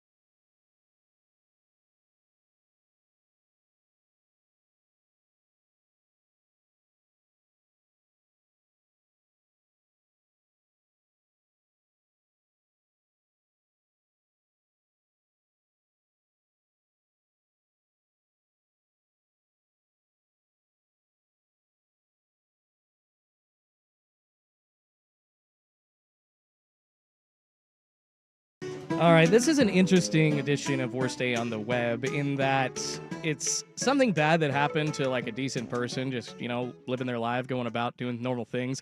But it could happen to all of us, and it involves tipping culture. God, I will take any opportunity I can to lament tipping culture, and I will tip when I go to a restaurant. I'm all for that. I will tip when I truly believe that there was a service that actually, deems it necessary to show like the appreciation for the extra work done. But this is when you say you're cheap. No, absolutely not. Because you can look at my damn bank account, brother. I leave 20+% tips. It's usually higher than 20. It's not even having to get great service either. I feel so bad for people. Like, I've worked a little bit in the restaurant industry. I understand, you know what? you're probably just having a bad damn day. Like I get it. Like here's your 20+%. I hope that you have a better evening because you saw somebody just didn't care and maybe understood what you were going through. But no, I'm not cheap, brother. Are you a good tipper or a bad tipper? I've always been a good tipper, even before I had any kind of money. When I was in the military, I was broke ass airman. For sure. It's just something that, I didn't grow up with a lot of money, but my family's pretty blue collar, but we always had some kind of respect for not just the service industry in general. Like, I think it's a little bit different now where in the past, when you got crappy service, and I mean just I'm not talking just run-of-the-mill service. I mean just like, this is god-awful. Yeah. It was kind of acceptable to be like, you're not getting a tip. That has happened once in my life, but the food was cold, we were ignored, and that was one time. Yeah, I think it maybe, and that was happened, actually 15 or 17 years yeah, ago. it happened maybe I think once in any time my family went out, and I remember it because like both my parents were like, "What is going on?" kind of a situation. Yeah, my mom was there and she was not having it. and they even, like I said, even before we had money, they were still generous with the tip. Just because, like, hey, this is part of the deal, and like this is kind of like the contract you enter into when you go out, right? I don't like the, can you just flip the screen around? Can you just do? It's like, just tell me there's a tip coming up, or hey, there'll be a question there for you, and it's like, dude, we all know what it is. They push it off, the responsibility of the question, off onto the inanimate object. Yes. I love it. When I pull up for coffee, they're like, oh, it's going to ask you a question. Yeah. It, as in the tablet that you programmed Yeah, to put a 30% tip in with your boss? Shut the hell up. Yeah, no, the other one is on. the lowest one is 22%. Like, I've seen that a couple times, and I'm like, Hate that. other.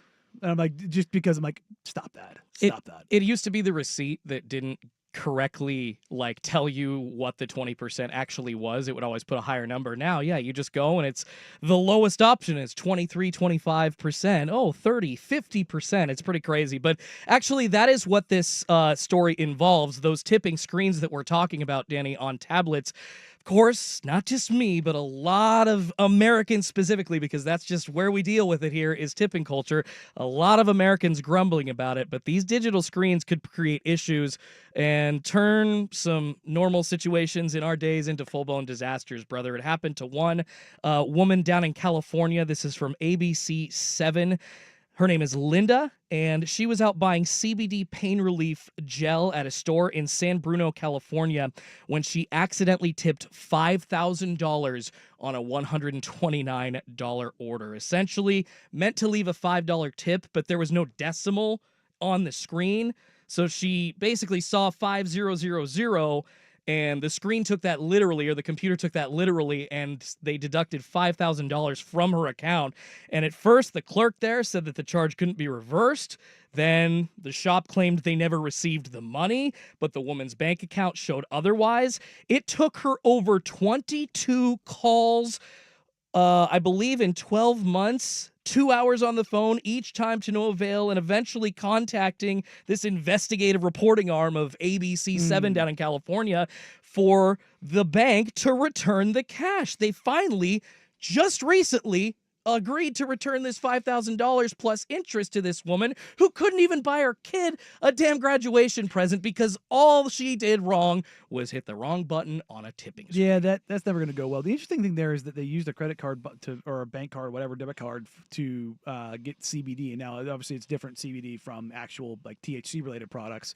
But a lot of those around the country are still cash only because of the federal regulations and the banking institutions. And they get around it by using a debit card as an ATM at the register sometimes. So you could pay with a debit card only, not a credit card. It all depends on kind of like where you go and where you're at and how on the up and up it is as it were, because we're still not federally legal on that stuff nationwide. So, but yeah. I mean, that is a horror story, brother. Yeah. She had to fight over a year for this $5,000 that this store just was like, you know what, whatever, all because of this damn tipping screen that you hear about. Oh, it's going to ask you a question from the clerk. Like, good Lord. That's, a lot of times, just because, it's better for them. I don't keep much cash in my wallet, but I do for tips.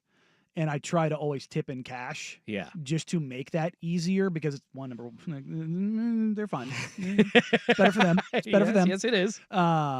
But also like the option of like where it's only 22% or whatever, or so you don't accidentally fat thumb something into $5,000. Yeah. I guess the good news is for her though is that she did have the $5,000, so she didn't like overdraft her into oblivion. But it literally crippled her financially for the next year. Like she said, not having the $5,000 Yeah. is a big deal, and it should not take that long. And the whole like you can't reverse the transaction, you absolutely can. And it's almost better if she didn't have the $5,000 because then it would have been That's taken true. out in the first place. The It would have been bank would- rejected, yeah, bro.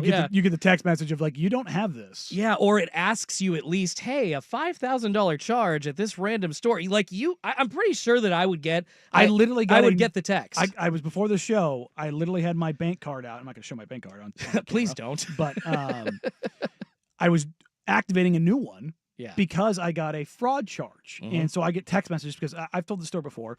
I had my identity stolen when I was in Afghanistan in 2002. That is Or terrible. 2003, excuse me. One of the hardest things to deal with and recover. Brother, without pissing off any potential sponsors, Bank of America never come to me for anything. I will burn you at the stake. I spent 6 months and $30,000 that I won back From. Oh my God. because somebody bought a boat when I was in Afghanistan. And despite me being in Afghanistan in a transaction that took place in Florida, People are disgusting. I had the orders, I had pictures, I had my superiors, I had like all the way through. This was a 6-month case that I had to deal with, and I had to put up on my car as collateral because it ended up getting so expensive. Brother, I'm so sorry. I think I made $36,000 that year as a senior airman, and it ended up costing me $30,000. So, but I ended up winning that money back, all the legal fees Thank back. God. I had to again. This is 2003. This is before identity theft was a real big deal, and there weren't all like the consumer protections that are in now. You have lived like 3 lives, brother. Too many, man. God. But it was absolutely brutal. Like I said, I went through this entire process, and it was early on, and thankfully I had a judge that was very helpful in the entire process and thought, I was being screwed over, and I was. But yeah, again, I say this, I got a new bank card literally today because I got a charge notification for $99.99 from Apple. And I'm like, I haven't bought anything on Apple. I don't have any subscriptions. Like my phone bill's all paid. And what costs $100 from Apple? Unless you're like loading up 6 subscriptions at once and paying for that. That's yeah, weird. and it was $99.99. I was Yeah. like, so I was like, is this a fraudulent charge? I just hit yes. Yeah. And I figured it would just mark the charge and throw it away. No, sir. No, I get a phone call from the bank. Hey, we've canceled your card. Da, da, da, da. And the card that I had, I just got 2 months ago from the expiration date. Yeah. So all of the bills that new card I've already attached to, I have to go through over this weekend and redo everything with this new card. It's just like, ugh. My wife and I's Amex Platinum just rolled over for a new card after the number expired or whatever in the previous one. But all the accounts actually already got updated with the new account number, with the new credit card digits. I was shocked. That's nice. We did not have to go do anything. Mine did not, unfortunately. So I have to go Go through and Amex, baby. Yeah, I have to go through and do all this all over again. So that's my sob story. But yeah, the fraud protection part of it stuff is real, and like you hit the 5,000. If I know that if I did that, I would immediately get a text message of no. Go ahead and cancel that. We're fine, and then deal with it. I might end up committing crimes. Like, I don't think I'd have the patience to wait a year. Like that's yikes. Yeah, here you go. Here's a perfect one. Fan text line. I had a fraud charge a few months ago for $300 at Wingstop. How do you spend $300 at Wingstop?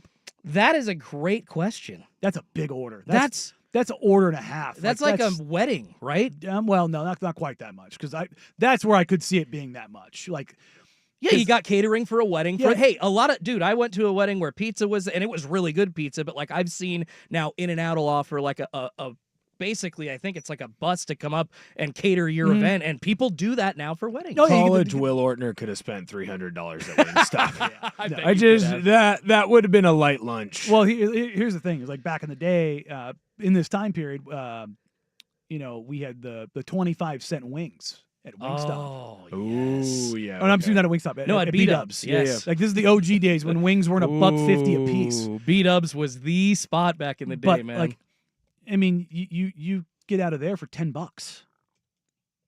You get out of there for $10 with man. like one beer and a bunch of wings. Yeah. Hell yeah. I mean, we used to like we would get like 20 of like 5 different wings, be a bunch of us at the table kind of a deal.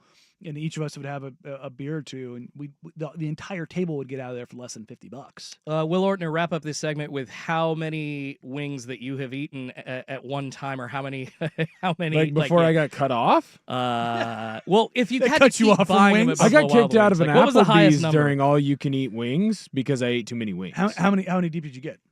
I was on my 4th or 5th of all you can eat. Like to the point where they would bring me like a whole thing of fries out and like 2 wings. It's passive aggressively telling you get the hell out of here. no, the manager had to come and speak to me. The manager came in and was like, Well, then you don't gotta go." advertise it as unlimited, you jackasses. Yeah, no, I would say north of 50. I mean, if you want, we can go to a Wingstop place or wing spot, and I'll go after it. We'll see what we can do. Let's do it. As long as there are bears involved, I'm Make game. it happen. All right, let's do it, guys. All right, but please do not make the same mistake. If you're looking on those tipping screens, I would spend a little bit more time. I know I'm going to spend a little bit more time making sure I didn't hit the wrong button. Thankfully, it turned out okay, but yeah, tipping culture sucks, and I wish that didn't happen, but it's probably going to happen again. That was Worst Day on the Web for today. Let's get to some things that I actually really am excited are happening. It's in the world of golf. I've got a hypothetical question here, guys. What kind of world would it be as a sports fan if every single league policed tickets on the secondary market as closely as the Masters does? It's 152 on the Fan. Check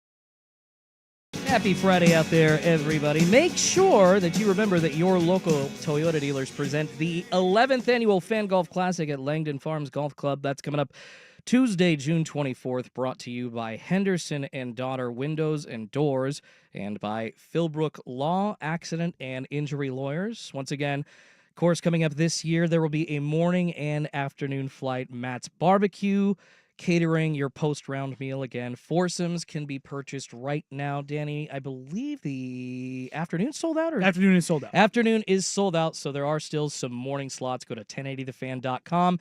You can click on the Fan Golf Classic logo for details and the link to purchase your foursome.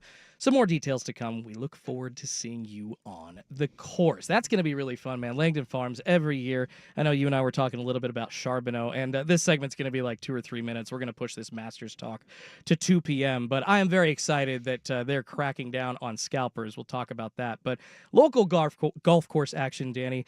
We have some of the best in the Northwest here. I would champion any of our golf courses here in Oregon against Washington's or Idaho's or even some down in the damn desert, like going, because everybody's like, oh, like Tahoe's got beautiful courses. They do. They do, but Oregon has Look, the best greenery around the courses.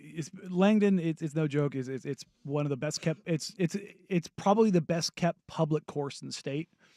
You can get to some of the really higher end country clubs, and where you've got $30,000 and $40,000 a year memberships and stuff like that. They're going to be kept a certain way, certainly, because you're not going to pay that kind of money for a crap course. But I love playing at Langdon because no matter what time of the year, the course is going to be in immaculate shape, even despite the weather. Well, they got that drainage system there in Langdon too, which it really keeps that green. And it's I mean, when we're out there for the golf tournament at the end of June, and I'm not just saying that because they're a sponsor. It's pristine. Like I love playing Langdon. That's where I take my lessons out. I play down there. It's a fantastic course. It's a great time. We'll have all the sponsors basically damn near every hole. All of the hosts will be setting up on the 6th hole, and we'll be kind of working our way around, having our fun throughout the day. It's a hell of a day. You get Victoricos in the morning. You get Matt's Barbecue no matter what round you're going to be out there for.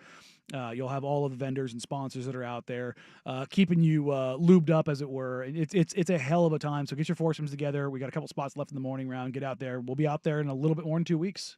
Yeah, first one for Dusty Fanman Circus as our BM, our brand manager, our PD. I think he's officially the brand manager is the title. Yeah, he went from the fan man to the brand man. So that's how this is going to work. Oh, you know it's going to be just an extra fun time with Dusty leading it up. So excited. But yeah, everybody get your foursome now to the Fan Golf Classic. Excited. Man, it's like I said when we were filling in at ALNA, man, that and the March Madness event are just the best ones of the year. So always looking forward to this one. Yeah, a ton of fun. Love them. All right, so let's actually get to this hypothetical that I posed. The Masters are cracking down on scalpers. They're raising their ticket prices to do so. But, I mean, it's a lottery anyways. But we'll talk about what kind of world it would be as a sports fan if other leagues did the same thing. And we'll talk about why the Masters are so awesome for doing this and how they are cracking down on scalpers. That's coming up next. It's 2 o'clock on The Fan.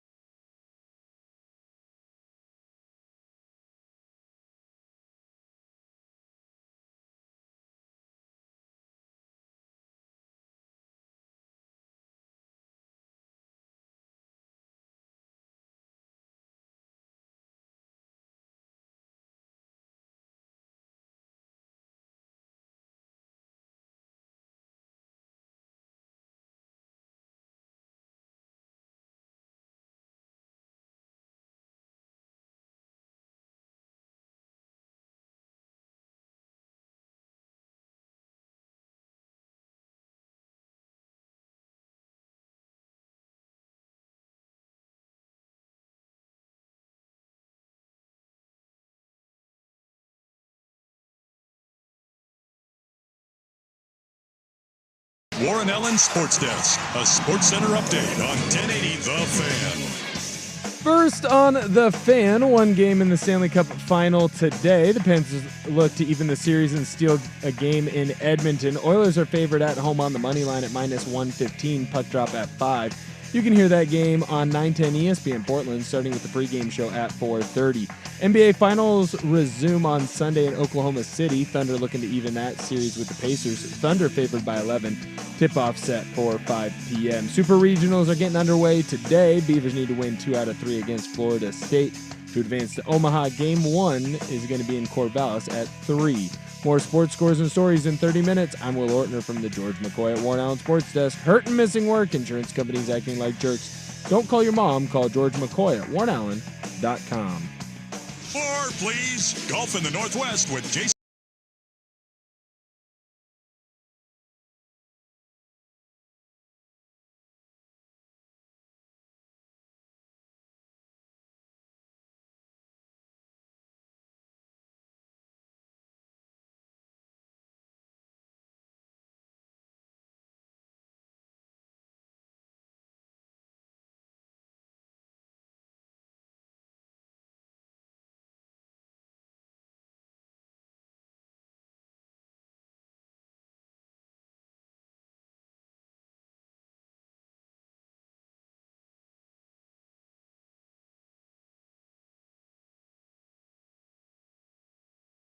Friday, hour number 3 here on a Danny and Schulte edition of Danny and Friends on Sports Radio 1080 The Fan. Happy to have everybody listening. Rusty's out, Will Ortner's in, hitting all the buttons, making Danny and I sound fantastic. Appreciate you, Will. If you want to join us on the text line, please do so. 503-864-6FAN. All right, teased it a couple of segments ago, but we'll get to it now, and that is one subject that I have been just against, just absolutely loathed, hated over the years, and that is ticket scalping. The secondary market for, I mean, not just sports tickets, obviously, but concert tickets, event tickets. I mean, hell, people started doing this recently. I think I was in as a producer when you talked about on the show. The DMV. The DMV. In Miami. Oh, my God, man. Actually, like, able or not able to get spots to get your real ID before all that expiration happened and everything. It's like, this is kind of a crazy scenario that we live now. Every time we're trying to get like either a hot ticket or, you know, going to do something either fun or that you need to do, there's this secondary market of a-holes just snatching up tickets or spots and making it more expensive. Yeah, I mean, all they're doing is they're just making things more expensive and creating more money for their pockets. They're not actually doing anything. No. And, you know, we started to really see this come to fruition even before it really was dominating the sports ticket landscape. It was in the shoe market. It's the bots and the limited quantities sectors of the hype beast machine. As I it know were. about that well. I was in the sports card world for a bit. Yeah, I mean, it's about scarcity. You know, that was the whole thing we were talking about the other day with Cooper Flagg's rookie card, and Oh my God. you know, That's going to be insane. there was a period from like 95 to 2002, 2003 where they overproduced cards and their value of that period just plummeted into nothing. And now it's about the scarcity of the asset. And so there are a lot of teams in sports that are combating this because we've become so much of a digital world that, you know, teams like the Seahawks and the Rams, I think the Titans were on that list, a couple other teams, are all tracking tickets. And basically, if you're a season ticket holder and you're selling your tickets on the secondary market, like at an overwhelming or alarming rate, basically you have to come into the team and justify what you're doing. Now, I feel like that's a little weird. Yeah. In the NFL, not so much because what you're talking about is the scarcity of the event. It's only 17 games. Where in the NBA, you have 41. Like my family, when I was younger, like I said, we didn't have a ton of money, but we would buy season tickets for my dad's business. Yeah. He would give a couple away, and then we would sell. You know, when the Blazers were in the Pacific Division with the Lakers, we could sell the Lakers tickets as much as we would want to go to that game, but we could sell a pair of those tickets. Cash, yeah. Not even just make cash. It would pay for the season tickets. Oh, yeah. Even it out for you. So you now get to go to the rest of the games for free. Yeah, It works out for everybody. And that was like kind of the how we could really swing it. Is you pay for it up front and you do a little payment plan or whatever, but you sell a pair of Lakers tickets or you sell a pair of whatever tickets, Kings tickets or whatever it was, of a closer team that was going to have a fan base that was going to travel and come for that game, and that was how we were able to do it. Now, I think there's a far different world from that to like what we see in the secondary market now, where I'm going. I was going to buy tickets to a Sleep Token concert. It's playing October 7th or 8th at Moda, and the ticket sold out in like 10 minutes. A stadium tour this year. And I looked at the secondary market and I was like, nope, not doing that. It sucks sometimes. It's just absolutely brutal. I know some people that that travel around, media members, that if there's an event in an area, they'll wait till basically the day before or day of and see if they can find, those people that haven't been able to sell those tickets. Seconds, yeah. And you can, if you're just by yourself or it's just you and one other person or something like that, you can actually get into some events and concerts and venues relatively cheap, even below sticker price. It's like, you're either going to eat that ticket or you're going to take what I'm offering you. It's true. So there are ways that where it can work out, but those are more, on the margins, slim. Well, see, I'm okay. We'll get into this here in like 30 seconds, but I'm okay with kind of what you said about a season ticket holder selling maybe a ticket at a higher price. Like, that's okay. That's not necessarily like bots and scalpers like eating up all the tickets specifically to resell them. That same season ticket holder is probably going to sell tickets for less for other games than maybe the face value that they had to pay for them. So like it all evens out in the long term. I got into I think it was second row when the Detroit Pistons were in town against the Blazers in like February and got to see Cade Cunningham up close. $175 a ticket, literally row BB under the hoop. So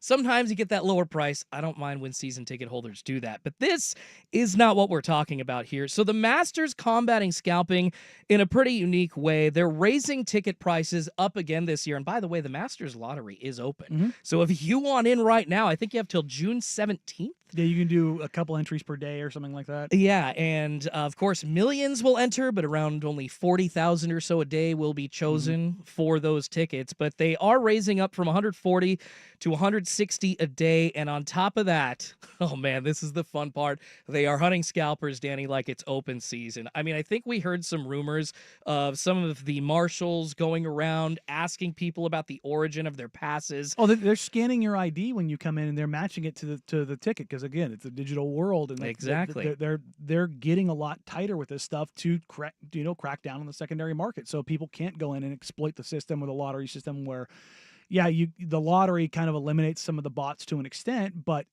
now it's like, no, this we want people here who want to be here, and we don't want you taking advantage of people who look at this as kind of like, a holy trip to some people. You know what I mean? Like this is something that's on people's sports bucket list.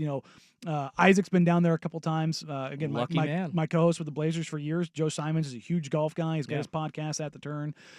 He's a golf psycho through and through. He's been my kind of guide through my golf psychodom.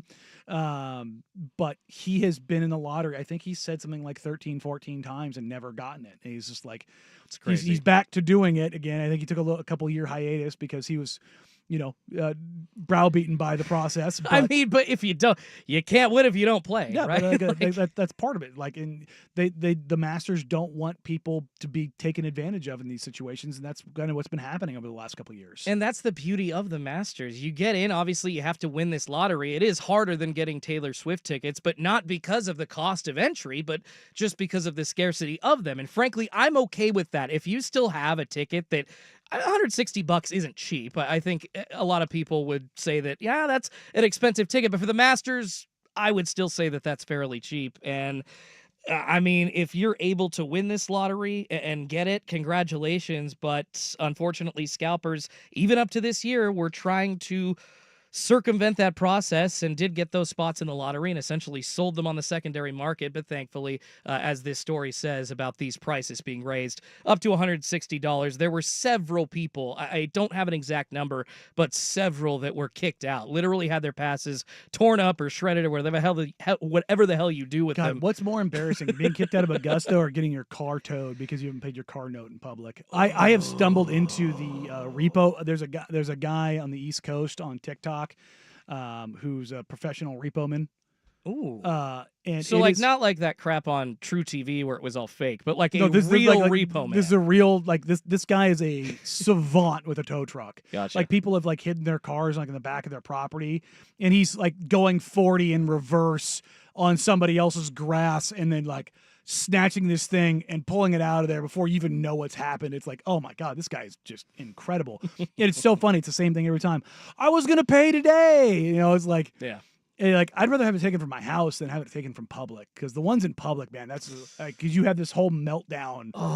It's the same way every time. Well, and I'm just at the Masters, everybody's got their phones out. Everybody's already well, there no, you because can't. of the You can't event. have your phones out there though. That's Well, the thing. even It's like, walking in. Sorry, so like coming into the event. I think if they that make happened- you put them in something. I could be Okay. wrong, but like you're not allowed to have your phones out at the Masters. have so, to ask Rob that. Yeah, I don't know what the process is if you're even allowed to bring them in. I mean, imagine seriously, you fly to Georgia, you get off the plane, you head to Augusta, you get to your Airbnb And they that pack you up. Yeah, that they pay. Oof. You already paid a bunch for, and your cousin's barber's ticket that you got doesn't work. Like, I don't know. That's pretty embarrassing, brother. But like, I'm okay with that. Those people should be embarrassed. I hate that the Super Bowl costs so much. Like, listen, I don't want to live in this world like where I'm just this, oh, everything needs to be equal for everybody. I'm not trying to say that or come across as somebody that thinks that like there shouldn't be expensive things out there. I get that. There's just different levels There of just needs to be luxury. a balance to it. Exactly. We're not asking to Exactly. get the wine and dine $1 million treatment of the box at the Super Bowl. No, but and that's why the Masters are special, because of that $1.50 pimento cheese sandwich, because of that peach ice cream sandwich. It's all of the, again, $160 for a ticket. Is it pricey? Yeah, I mean it's pricey, air quotes, but it's not. If it's a sports bucket list thing, that's well within the norms of acceptable pricing. I mean, I'm sure. Yeah, you get like because you're not taxed. It's that Augusta law that you can rent out your house around Augusta National, and you are not taxed for any of that income. It's like an exemption because the Masters are so awesome. Yeah, I mean it's a big draw for the town. So they rake those prices up. So you're gonna get gouged there, but Sure, the but $160 that's to get the in is deal. nothing. No. Exactly, and that's fine. I would pay that. For sure. So, yeah, I mean, this is just the most Augusta thing ever. I don't think, Danny, this would ever happen anywhere else in any other sport, but like maybe in mass anyways. You've mentioned teams that are doing it, but like it's different. For instance, for me to go buy tickets for the Portland Trailblazers on Ticketmaster, it's a different experience than buying Seattle Mariners tickets on Ticketmaster. So I just don't really, it's wishful thinking. You know, I will, like, I'd be okay with paying, I don't know, what's a reasonable ticket price for like an NBA finals game or like a Super Bowl for you? Like I'd be okay with paying, gosh, for that kind of event, like $1,000, maybe even like $1,200. But once it starts getting above that price, like you're talking 6, 7, 8, 9 grand for a seat, which happens at the Super Bowl on the regular. Yeah, I think that's just asinine. I think the get-in price last year for the Super Bowl was like $6,700. God. Or when the Dodgers and the Cubs played in Japan, it was the most expensive ticket in the world this year. The get-in price. It was absolutely insane. And there's like, and they don't allow scalping in Japan. Like there was like this was just the price. It's just to get the in. price. Like, this is what it was. Well, so at that event, maybe fans that actually care are getting in, and that's what the Masters want to continue as well. But we've all kind of just accepted, you know, well, the Super Bowl doesn't really have actual fans; it's just a corporate event. But I would even argue that like getting into the Ducks Ohio State game last year, the secondary market made that a little hard. Yeah, and I mean, like come on, it was like $400 or $500 a lot of Duck fans did kind of like what I mentioned. What my family Yeah, used to do, exactly. was like those Ohio State tickets were getting big time money. Now some people are like, oh, you can't do that. Like you can't let those Ohio State guys in the crowd. It's like, shut up. But there are more scalpers in bots now. They're literally, they are, I mean, I have seen these people that spend all of their time, you know, calculating which events are going to be the biggest ones, and they see that as early as they can on the calendar. And as long as they can get in, you know, to that presale or whatever, or they're on it before other people. And usually it's the brokers that are constantly doing this and tracking this info that are doing it, you know, basically every day, always get in before the regular customer. So it sucks. I guess it's the way it is. It's I an like evil that the comes Masters along are with doing it. this. But yeah, no, it's nice to see that more and more people more and more organizations, teams, and such are starting to at least crack down, even if it's selfishly motivated and they want to be the ones that control all the money. Access is always the barrier to interest, right? And if you can keep the cost low, I've always talked about this with like TV, for instance. Just give the damn games to your local market for free. The Blazers finally did it. Obviously, the Phoenix Suns were the first NBA team to do it. Like, if you can just go and find your local team easily, you'll be more apt to go spend money on it. And if you can get into the game for cheaper, if you can get some of those like items instead of a $10 beer, it's a $5 beer, or a $2 hot dog instead of a $14 hot dog. If you're spending that, you're probably more apt to go spend more money at the team store. Like it will transition to ultimately helping whatever sport does that. And the Masters have been fine. They have made a bunch of money doing this the way that they do. So there's different pathways, but those are the opportunities that are there. Absolutely. God bless Augusta National, though, Danny. God bless them, and I love their scalper sniffing security team.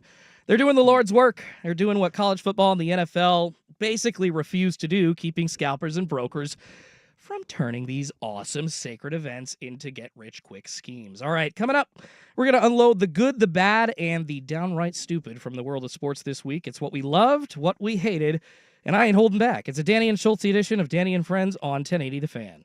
It's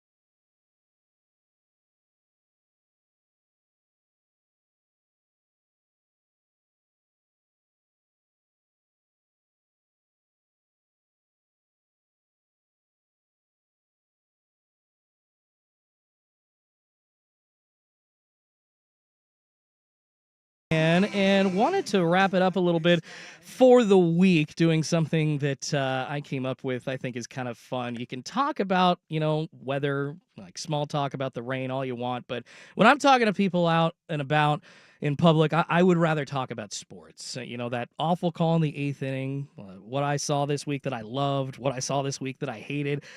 Maybe some sports therapy. Do that for the next couple of minutes here. So Danny and I are each going to give one thing we loved, maybe two, one thing we hated, just depending on what we have time for. And I will start with something I loved this week, talking about my Seattle Mariners. Gotta throw a little bit in there. Gotta find a way to do it, but they made it easy. The Seattle Mariners this week announcing they will retire Randy Johnson's number 51 in 2026. That is, of course, following Ichiro's enshrinement into the Hall of Fame and number retirement ceremony this summer. Man, he is a cornerstone of the franchise. Obviously wouldn't be where they were today without his talent. That 1995 refused to lose season was fueled partly by him. It took a while. There's been some bad blood, some feelings maybe on Randy's end, very justified, I might say, but it's so nice that they're finally giving such an important person to their success his due. It hits my heart in the right way, man. I'm a diehard Mariners fan, but this makes me feel good. Yeah, no, in that same vein, not necessarily the exact same, seeing Tyrese Halliburton and the Pacers and the Thunder have such an incredible finals game one, and to go full Terry Stott, stick it in the craw of some national media members who made some very, very stupid comments about whether or not they were going to watch this game or whether the series is going to be interesting or the legacy or the lack of stars or market size, and just get it shoved down their throat. All last night was just mwah. Loved every second of that, and hopefully that continues on Sunday. Yeah, shocking win for the Pacers, 111 to 110 over OKC. Yeah, 5 p.m. tip, a little bit earlier than the game one tip. I hate that 3-day delay. That is one thing that I do not like about the NBA Finals, and that is one thing that I will say I hate this week. It is that I literally have to wait 3 more days after last night's game. Are you freaking kidding me? Inject that S right into my veins. I wish they wouldn't space it out as much. I don't think 3 days is good for the players either at this point. No, it's not. It's one of those things where the NHL does it to where, hey, the series are ending, let's go. Yeah. Where the NBA has a hard date, and part of that is because of scheduling. The NHL, you'd think would be a scheduling thing too, but for whatever reason, they can do it and the NBA can't. I don't know why. It's probably something to do with the ownership level and them wanting to be able to get in concerts, whatever, revenue-generating things. But yeah, having too much time between games is something that just drives me absolutely crazy. The thing that I'm going to hate in a general sense in the sporting world is the fact that it's going to be 90 plus freaking degrees while I'm trying to golf this weekend. And as I mentioned before we started today's show, I was at the driving range and I almost passed out. Oh, bro. I was doing the large bucket of the driver, and I was like, oh my God, I have lost any sense of normalcy and being able to handle the heat. I stepped off the tee, and I was just kind of like, oh, I'm kind of lightheaded and dizzy. I had to sit down for a few minutes. I look down at my glove, and it's just full of sweat. I'm like, oh God, it's 81 degrees, and I'm dying. What is happening to me? So, but I will overcome. I will be out there with all of the hydration, electrolyte solutions that I could possibly garner in the middle of the sweltering 90-degree heat this weekend while we're golfing. I'm glad you're okay, man. I was going to make fun of you, like, for getting swamp ass or something, but that turned serious really quick. So no, I just got super lightheaded, and I was like, oh God, what is happening? It's right. I'm not climatized to any sort of heat anymore, and it's like it has left my body in my old washed age. Bring some freaking Pedialyte next time. I don't know. Maybe that'll help. Will, did you have anything that you loved or hated from the world of sports this week? I love hockey's back. Yeah. That was a fantastic game one. It's going to be great going back and forth between the Panthers, Oilers. People are finally paying attention. I'd like McDavid to finally get one and Kando to finally get a Stanley Cup trophy. First time in 32 years, I believe. Something like that. It was 1993 with Montreal. I thought it was 99, so that tells me, yeah, that's not good. It's been a while. Go Oilers. That was a crazy game one, too. Unbelievable. All right, I think we're up against it, but really quickly, let me slip in that I hated that the Knicks fired Tom Thibodeau. I was not in when that happened, but I do not like the decision of a team that is so close to the pentiment, the championship, they're right there 2 games away, and all of a sudden you think that another coach is going to get you a little bit closer. Just didn't like that move. I don't like how organizations do that. It doesn't always work. Like, sometimes it does, but it's not a guarantee, and I understand that his style running the hell out of the starters and just leaving them with no energy at this point of the season isn't necessarily the best, but I don't know who you're going to go get that's going to be a little bit better, Dan. Well, that's the interesting thing as it pertains to the Knicks is that they've obviously they fired Thibodeau, and when the move happened, I'm like, look, if you're basically running it back, don't like this, but if you're going to make a bunch of moves around it and then get the coach that makes sense for it, okay. But if you trade the house for Giannis, let's say that actually happens, what coach is going to be able to maximize Jalen Brunson and Giannis? That seems like I cannot think of a worse point guard to pair with Giannis than Jalen Brunson. That's weird. Yeah, I don't really get where they're going with that. It just feels like a prestige play, but hey, that's the path they're going to go down. Why would, after Drew Holiday won a championship with Giannis, why would you want to pair another point guard with him? I get the chance to get Dame, but now we're just kind of like going to anybody else. Any point guard with Giannis? Anyone? No, I think it's more of just that they want to chase the name and get him. Talent wins, but talent optionality and fit makes more sense, and I just don't see a world where that works. All right. Well, that was a nice sports therapy session. Appreciate everybody sticking through that with us. If you have anything that you loved or hated from the world of sports this week, text us 503-864-6FAN. Would love to read it here on the air. All right, coming up, the NBA just made noise about expansion again, but this could be the real deal. That's coming up next, but first, here's Will with SportsCenter. Now, from the George McCoy at Warren Allen Sports Desk, a Sports Center update on 1080 The Fan. First on The Fan, some rough news for Duck fans as reports out of Eugene indicate that wide receiver Evan Stewart suffered a knee injury earlier this week that could affect his availability for the season. No official word has been released, and he will undergo further testing to discover the full extent of said injury. One Stanley Cup final game today. Panthers looking to even the series and steal a game in Edmonton. Oilers are favored at home on the money line, though. They're at minus 115. Puck drop at 5. You can hear that game on 910 ESPN Portland, starting with the pregame show at 4:30. NBA Finals resume on Sunday in OKC. Thunder look to even that series up with the Pacers. Thunder favored by 11. Tip-off set for 5 p.m. Oregon State, they're starting their Super Regional against Florida State today. Game 1 at 3 in Corvallis. More sports scores and stories in 30 minutes. I'm Will Ortner from the George McCoy at Warren Allen Sports Desk. Hurt and missing work. Insurance companies acting like jerks. Don't call your mom. Call George McCoy at warrenallen.com. Jump back to earlier parts.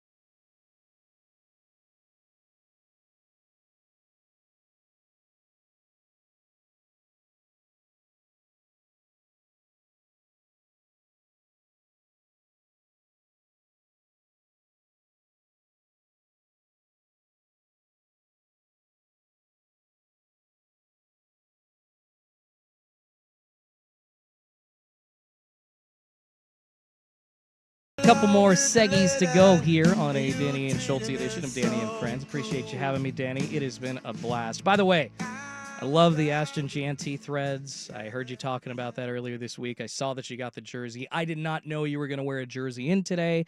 I'm wearing mine because it's an Ichiro jersey, and it is 51 days, his number, away from his induction into the Hall of Fame. Perfect. I saw that on socials this morning. I'm like, that's stupid, but I love it. I'm going with Ichiro. No, today, my Genty jersey arrived last night. I said when I got it, I would wear it here on the show, and I got the notification that it has been dropped off. Was it 6+ weeks after the draft?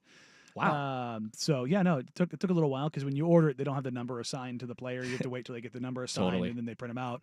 But no, it's the first Raiders jersey I bought in 25 years, and I'm remotely excited for a Raiders season for the first time in a very long time. So I had to throw it on today. I mean, I'm a huge Chip Kelly fan.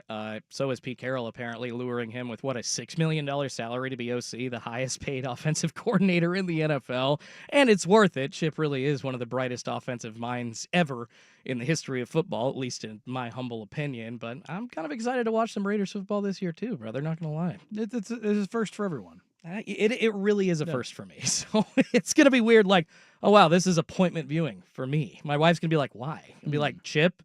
She's like, oh, and actually my wife went to the university that Chip Kelly originally coached at, New Hampshire, when Oregon hired him. So she was like, Chip Kelly, really? Like, he's like a big college. I'm like, yes, he's huge. Love when we figured that out in my house years ago. But we got to get to some NBA talk. This is actually some big news, obviously, that happened last night, other than the Game 1 upset of the Pacers over the Thunder. But Adam Silver announced that the NBA will officially discuss expansion next month at the Board of Governors meetings in Las Vegas. It's not just a whisper, like a bunch of hallway convos we've been hearing, reports from Shams Charania. No, this is formal, on-the-record dialogue about adding teams to the league for the first time since 2004. So, and obviously, once again, Seattle and Vegas are at the top of the list. But Danny, I know we've heard this tune before, but this is the first time Silver's publicly, come out, said he believes the owners are going to recommend that this expansion moves forward. It's big. So it's no secret Seattle and Las Vegas are the two teams, despite Adam Silver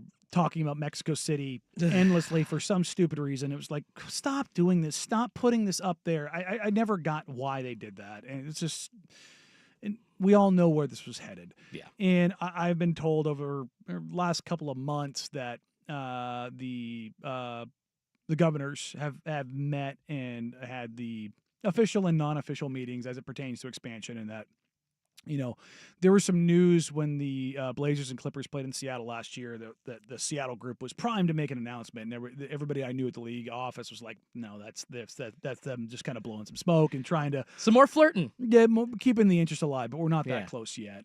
It's like MLB to PDX, the Diamond Project kind of a deal. But I had heard over the last couple of months that this is going to happen. Like, this is now, once we kind of knew what was going on with the Celtics, that this was going to be the prime time for this to fully come to fruition.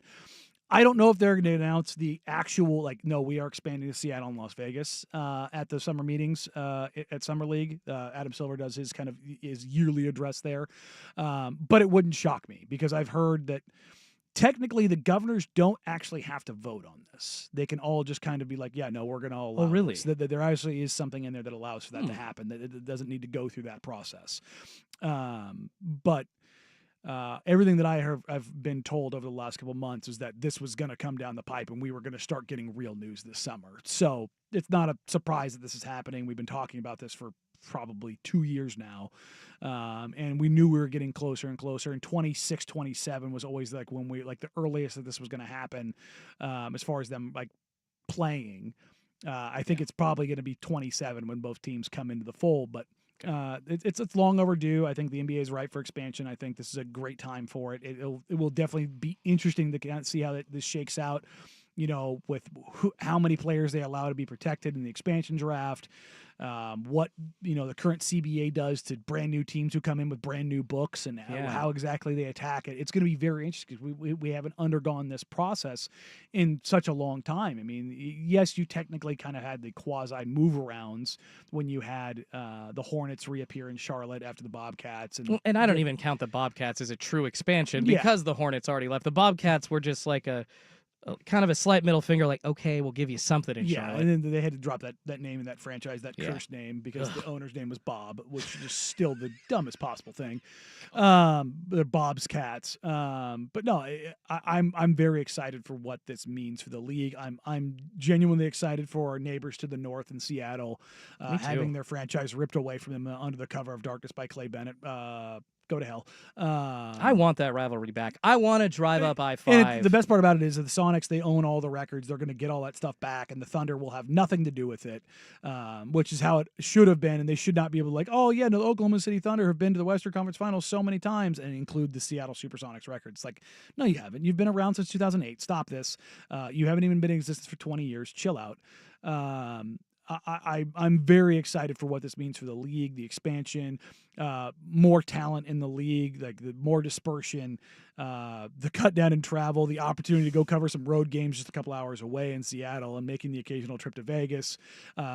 It's all very cool. And then, you're going to see 3 teams in the Western Conference, Minnesota, Memphis, and New Orleans, all fight each other to the death to try to get over to the Eastern Conference, because the path to the Eastern Conference Finals is just so much easier and has been for 40 years now. So, well, and the expansion, obviously, I think it's best for Portland because of the travel issue that you just talked about. Man, what would they have? adding Las Vegas and Seattle will cut down on their travel. As divisional drastically. opponents. Yeah, so Drastically. they'll play them multiple times a year, and instead of having to fly 4 hours to Minnesota, it's an hour and a half to or 45 to Seattle and an hour and a half or 2 to Vegas, essentially. I mean, that sounds nice. It's going to cut. I mean, the Blazers are number 1 or number 2 every single year in yeah. distance traveled, and it does matter. And it's also having a team up in Seattle now. Portland's no longer the outpost of the West.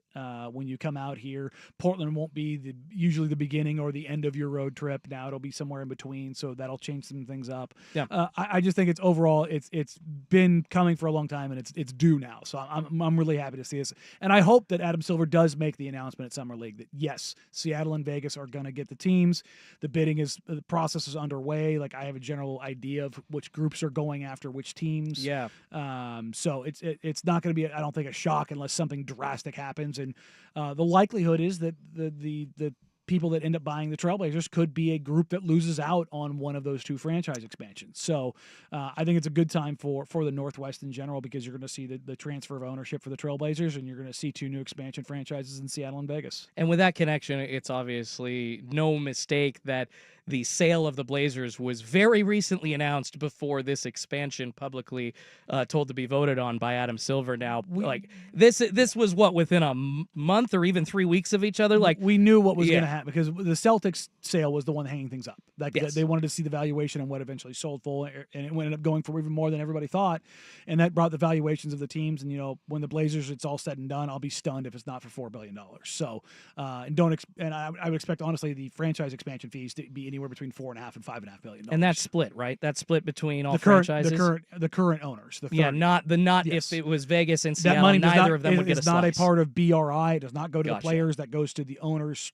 Totally. So you're looking at somewhere between $700-800 million that are going into the pockets of the owners for expansion franchises. Now, fees. would that be a windfall for Jody Allen or a windfall for the new Blazers owner? Is it timing that Unsure of how the Okay. contracts of that Yeah. it will all go out, and how much they would be able to take as a part of that. Gotcha. That's only known to those at the league office and those that operate and execute the Allen Estate Trust. Oh, yeah. So, but yeah, no, the next 9 to 12 months are going to be very interesting for the NBA. Yeah, I mean, it still sounds a little political here from Adam Silver, but this is the surest sign that we've seen, like a real statement that the Board of Governors are going to actually vote. It's maybe still a little bit like gauging interest in the room, but more likely than not, this is the step that needed to be taken next for, hopefully, as you say, the announcement to be Seattle and Vegas are going to be our expansion teams come Summer League. And I know Vegas is foaming at the mouth for this. They've been on this for years. Seattle, man, their fans deserve it. And like I said, just having that rivalry back, it would just feel so special. Well, having a regional rivalry again would be great. Like having the ability to make a weekend trip up to Climate Pledge. No, that's like I've seen 2 games up there now in the preseason. Even though the bones of that building are ancient, the rest of the place is brand new, and it's a kick-ass arena. I love it. Oh, it is. It's a nice place to go. I've literally both those games. I've sat on the floor for those games, and it's just been awesome. Yeah, I for Seattle fans, honestly, like I can't wait for this. It's with like teasing and flirting. It hasn't been like malicious teases, but like Seattle No, fans have been waiting. Well, unless on you're the mayor bated of breath. Seattle who grabbed the basketball up in front of everybody like Or a he's an complete idiot. jackass. Yeah, Yeah. God, but don't do that. But no, it's coming in Seattle and Vegas are what you should expect. Yeah, it's a long process up to this point, but it sounds like it's getting started soon, and that is freaking awesome. All right, Danny and I are going to finish it up for the day and let you know who we're betting on tonight coming up next. It's a Danny and Schultz edition of Danny and Friends on 1080 The Fan.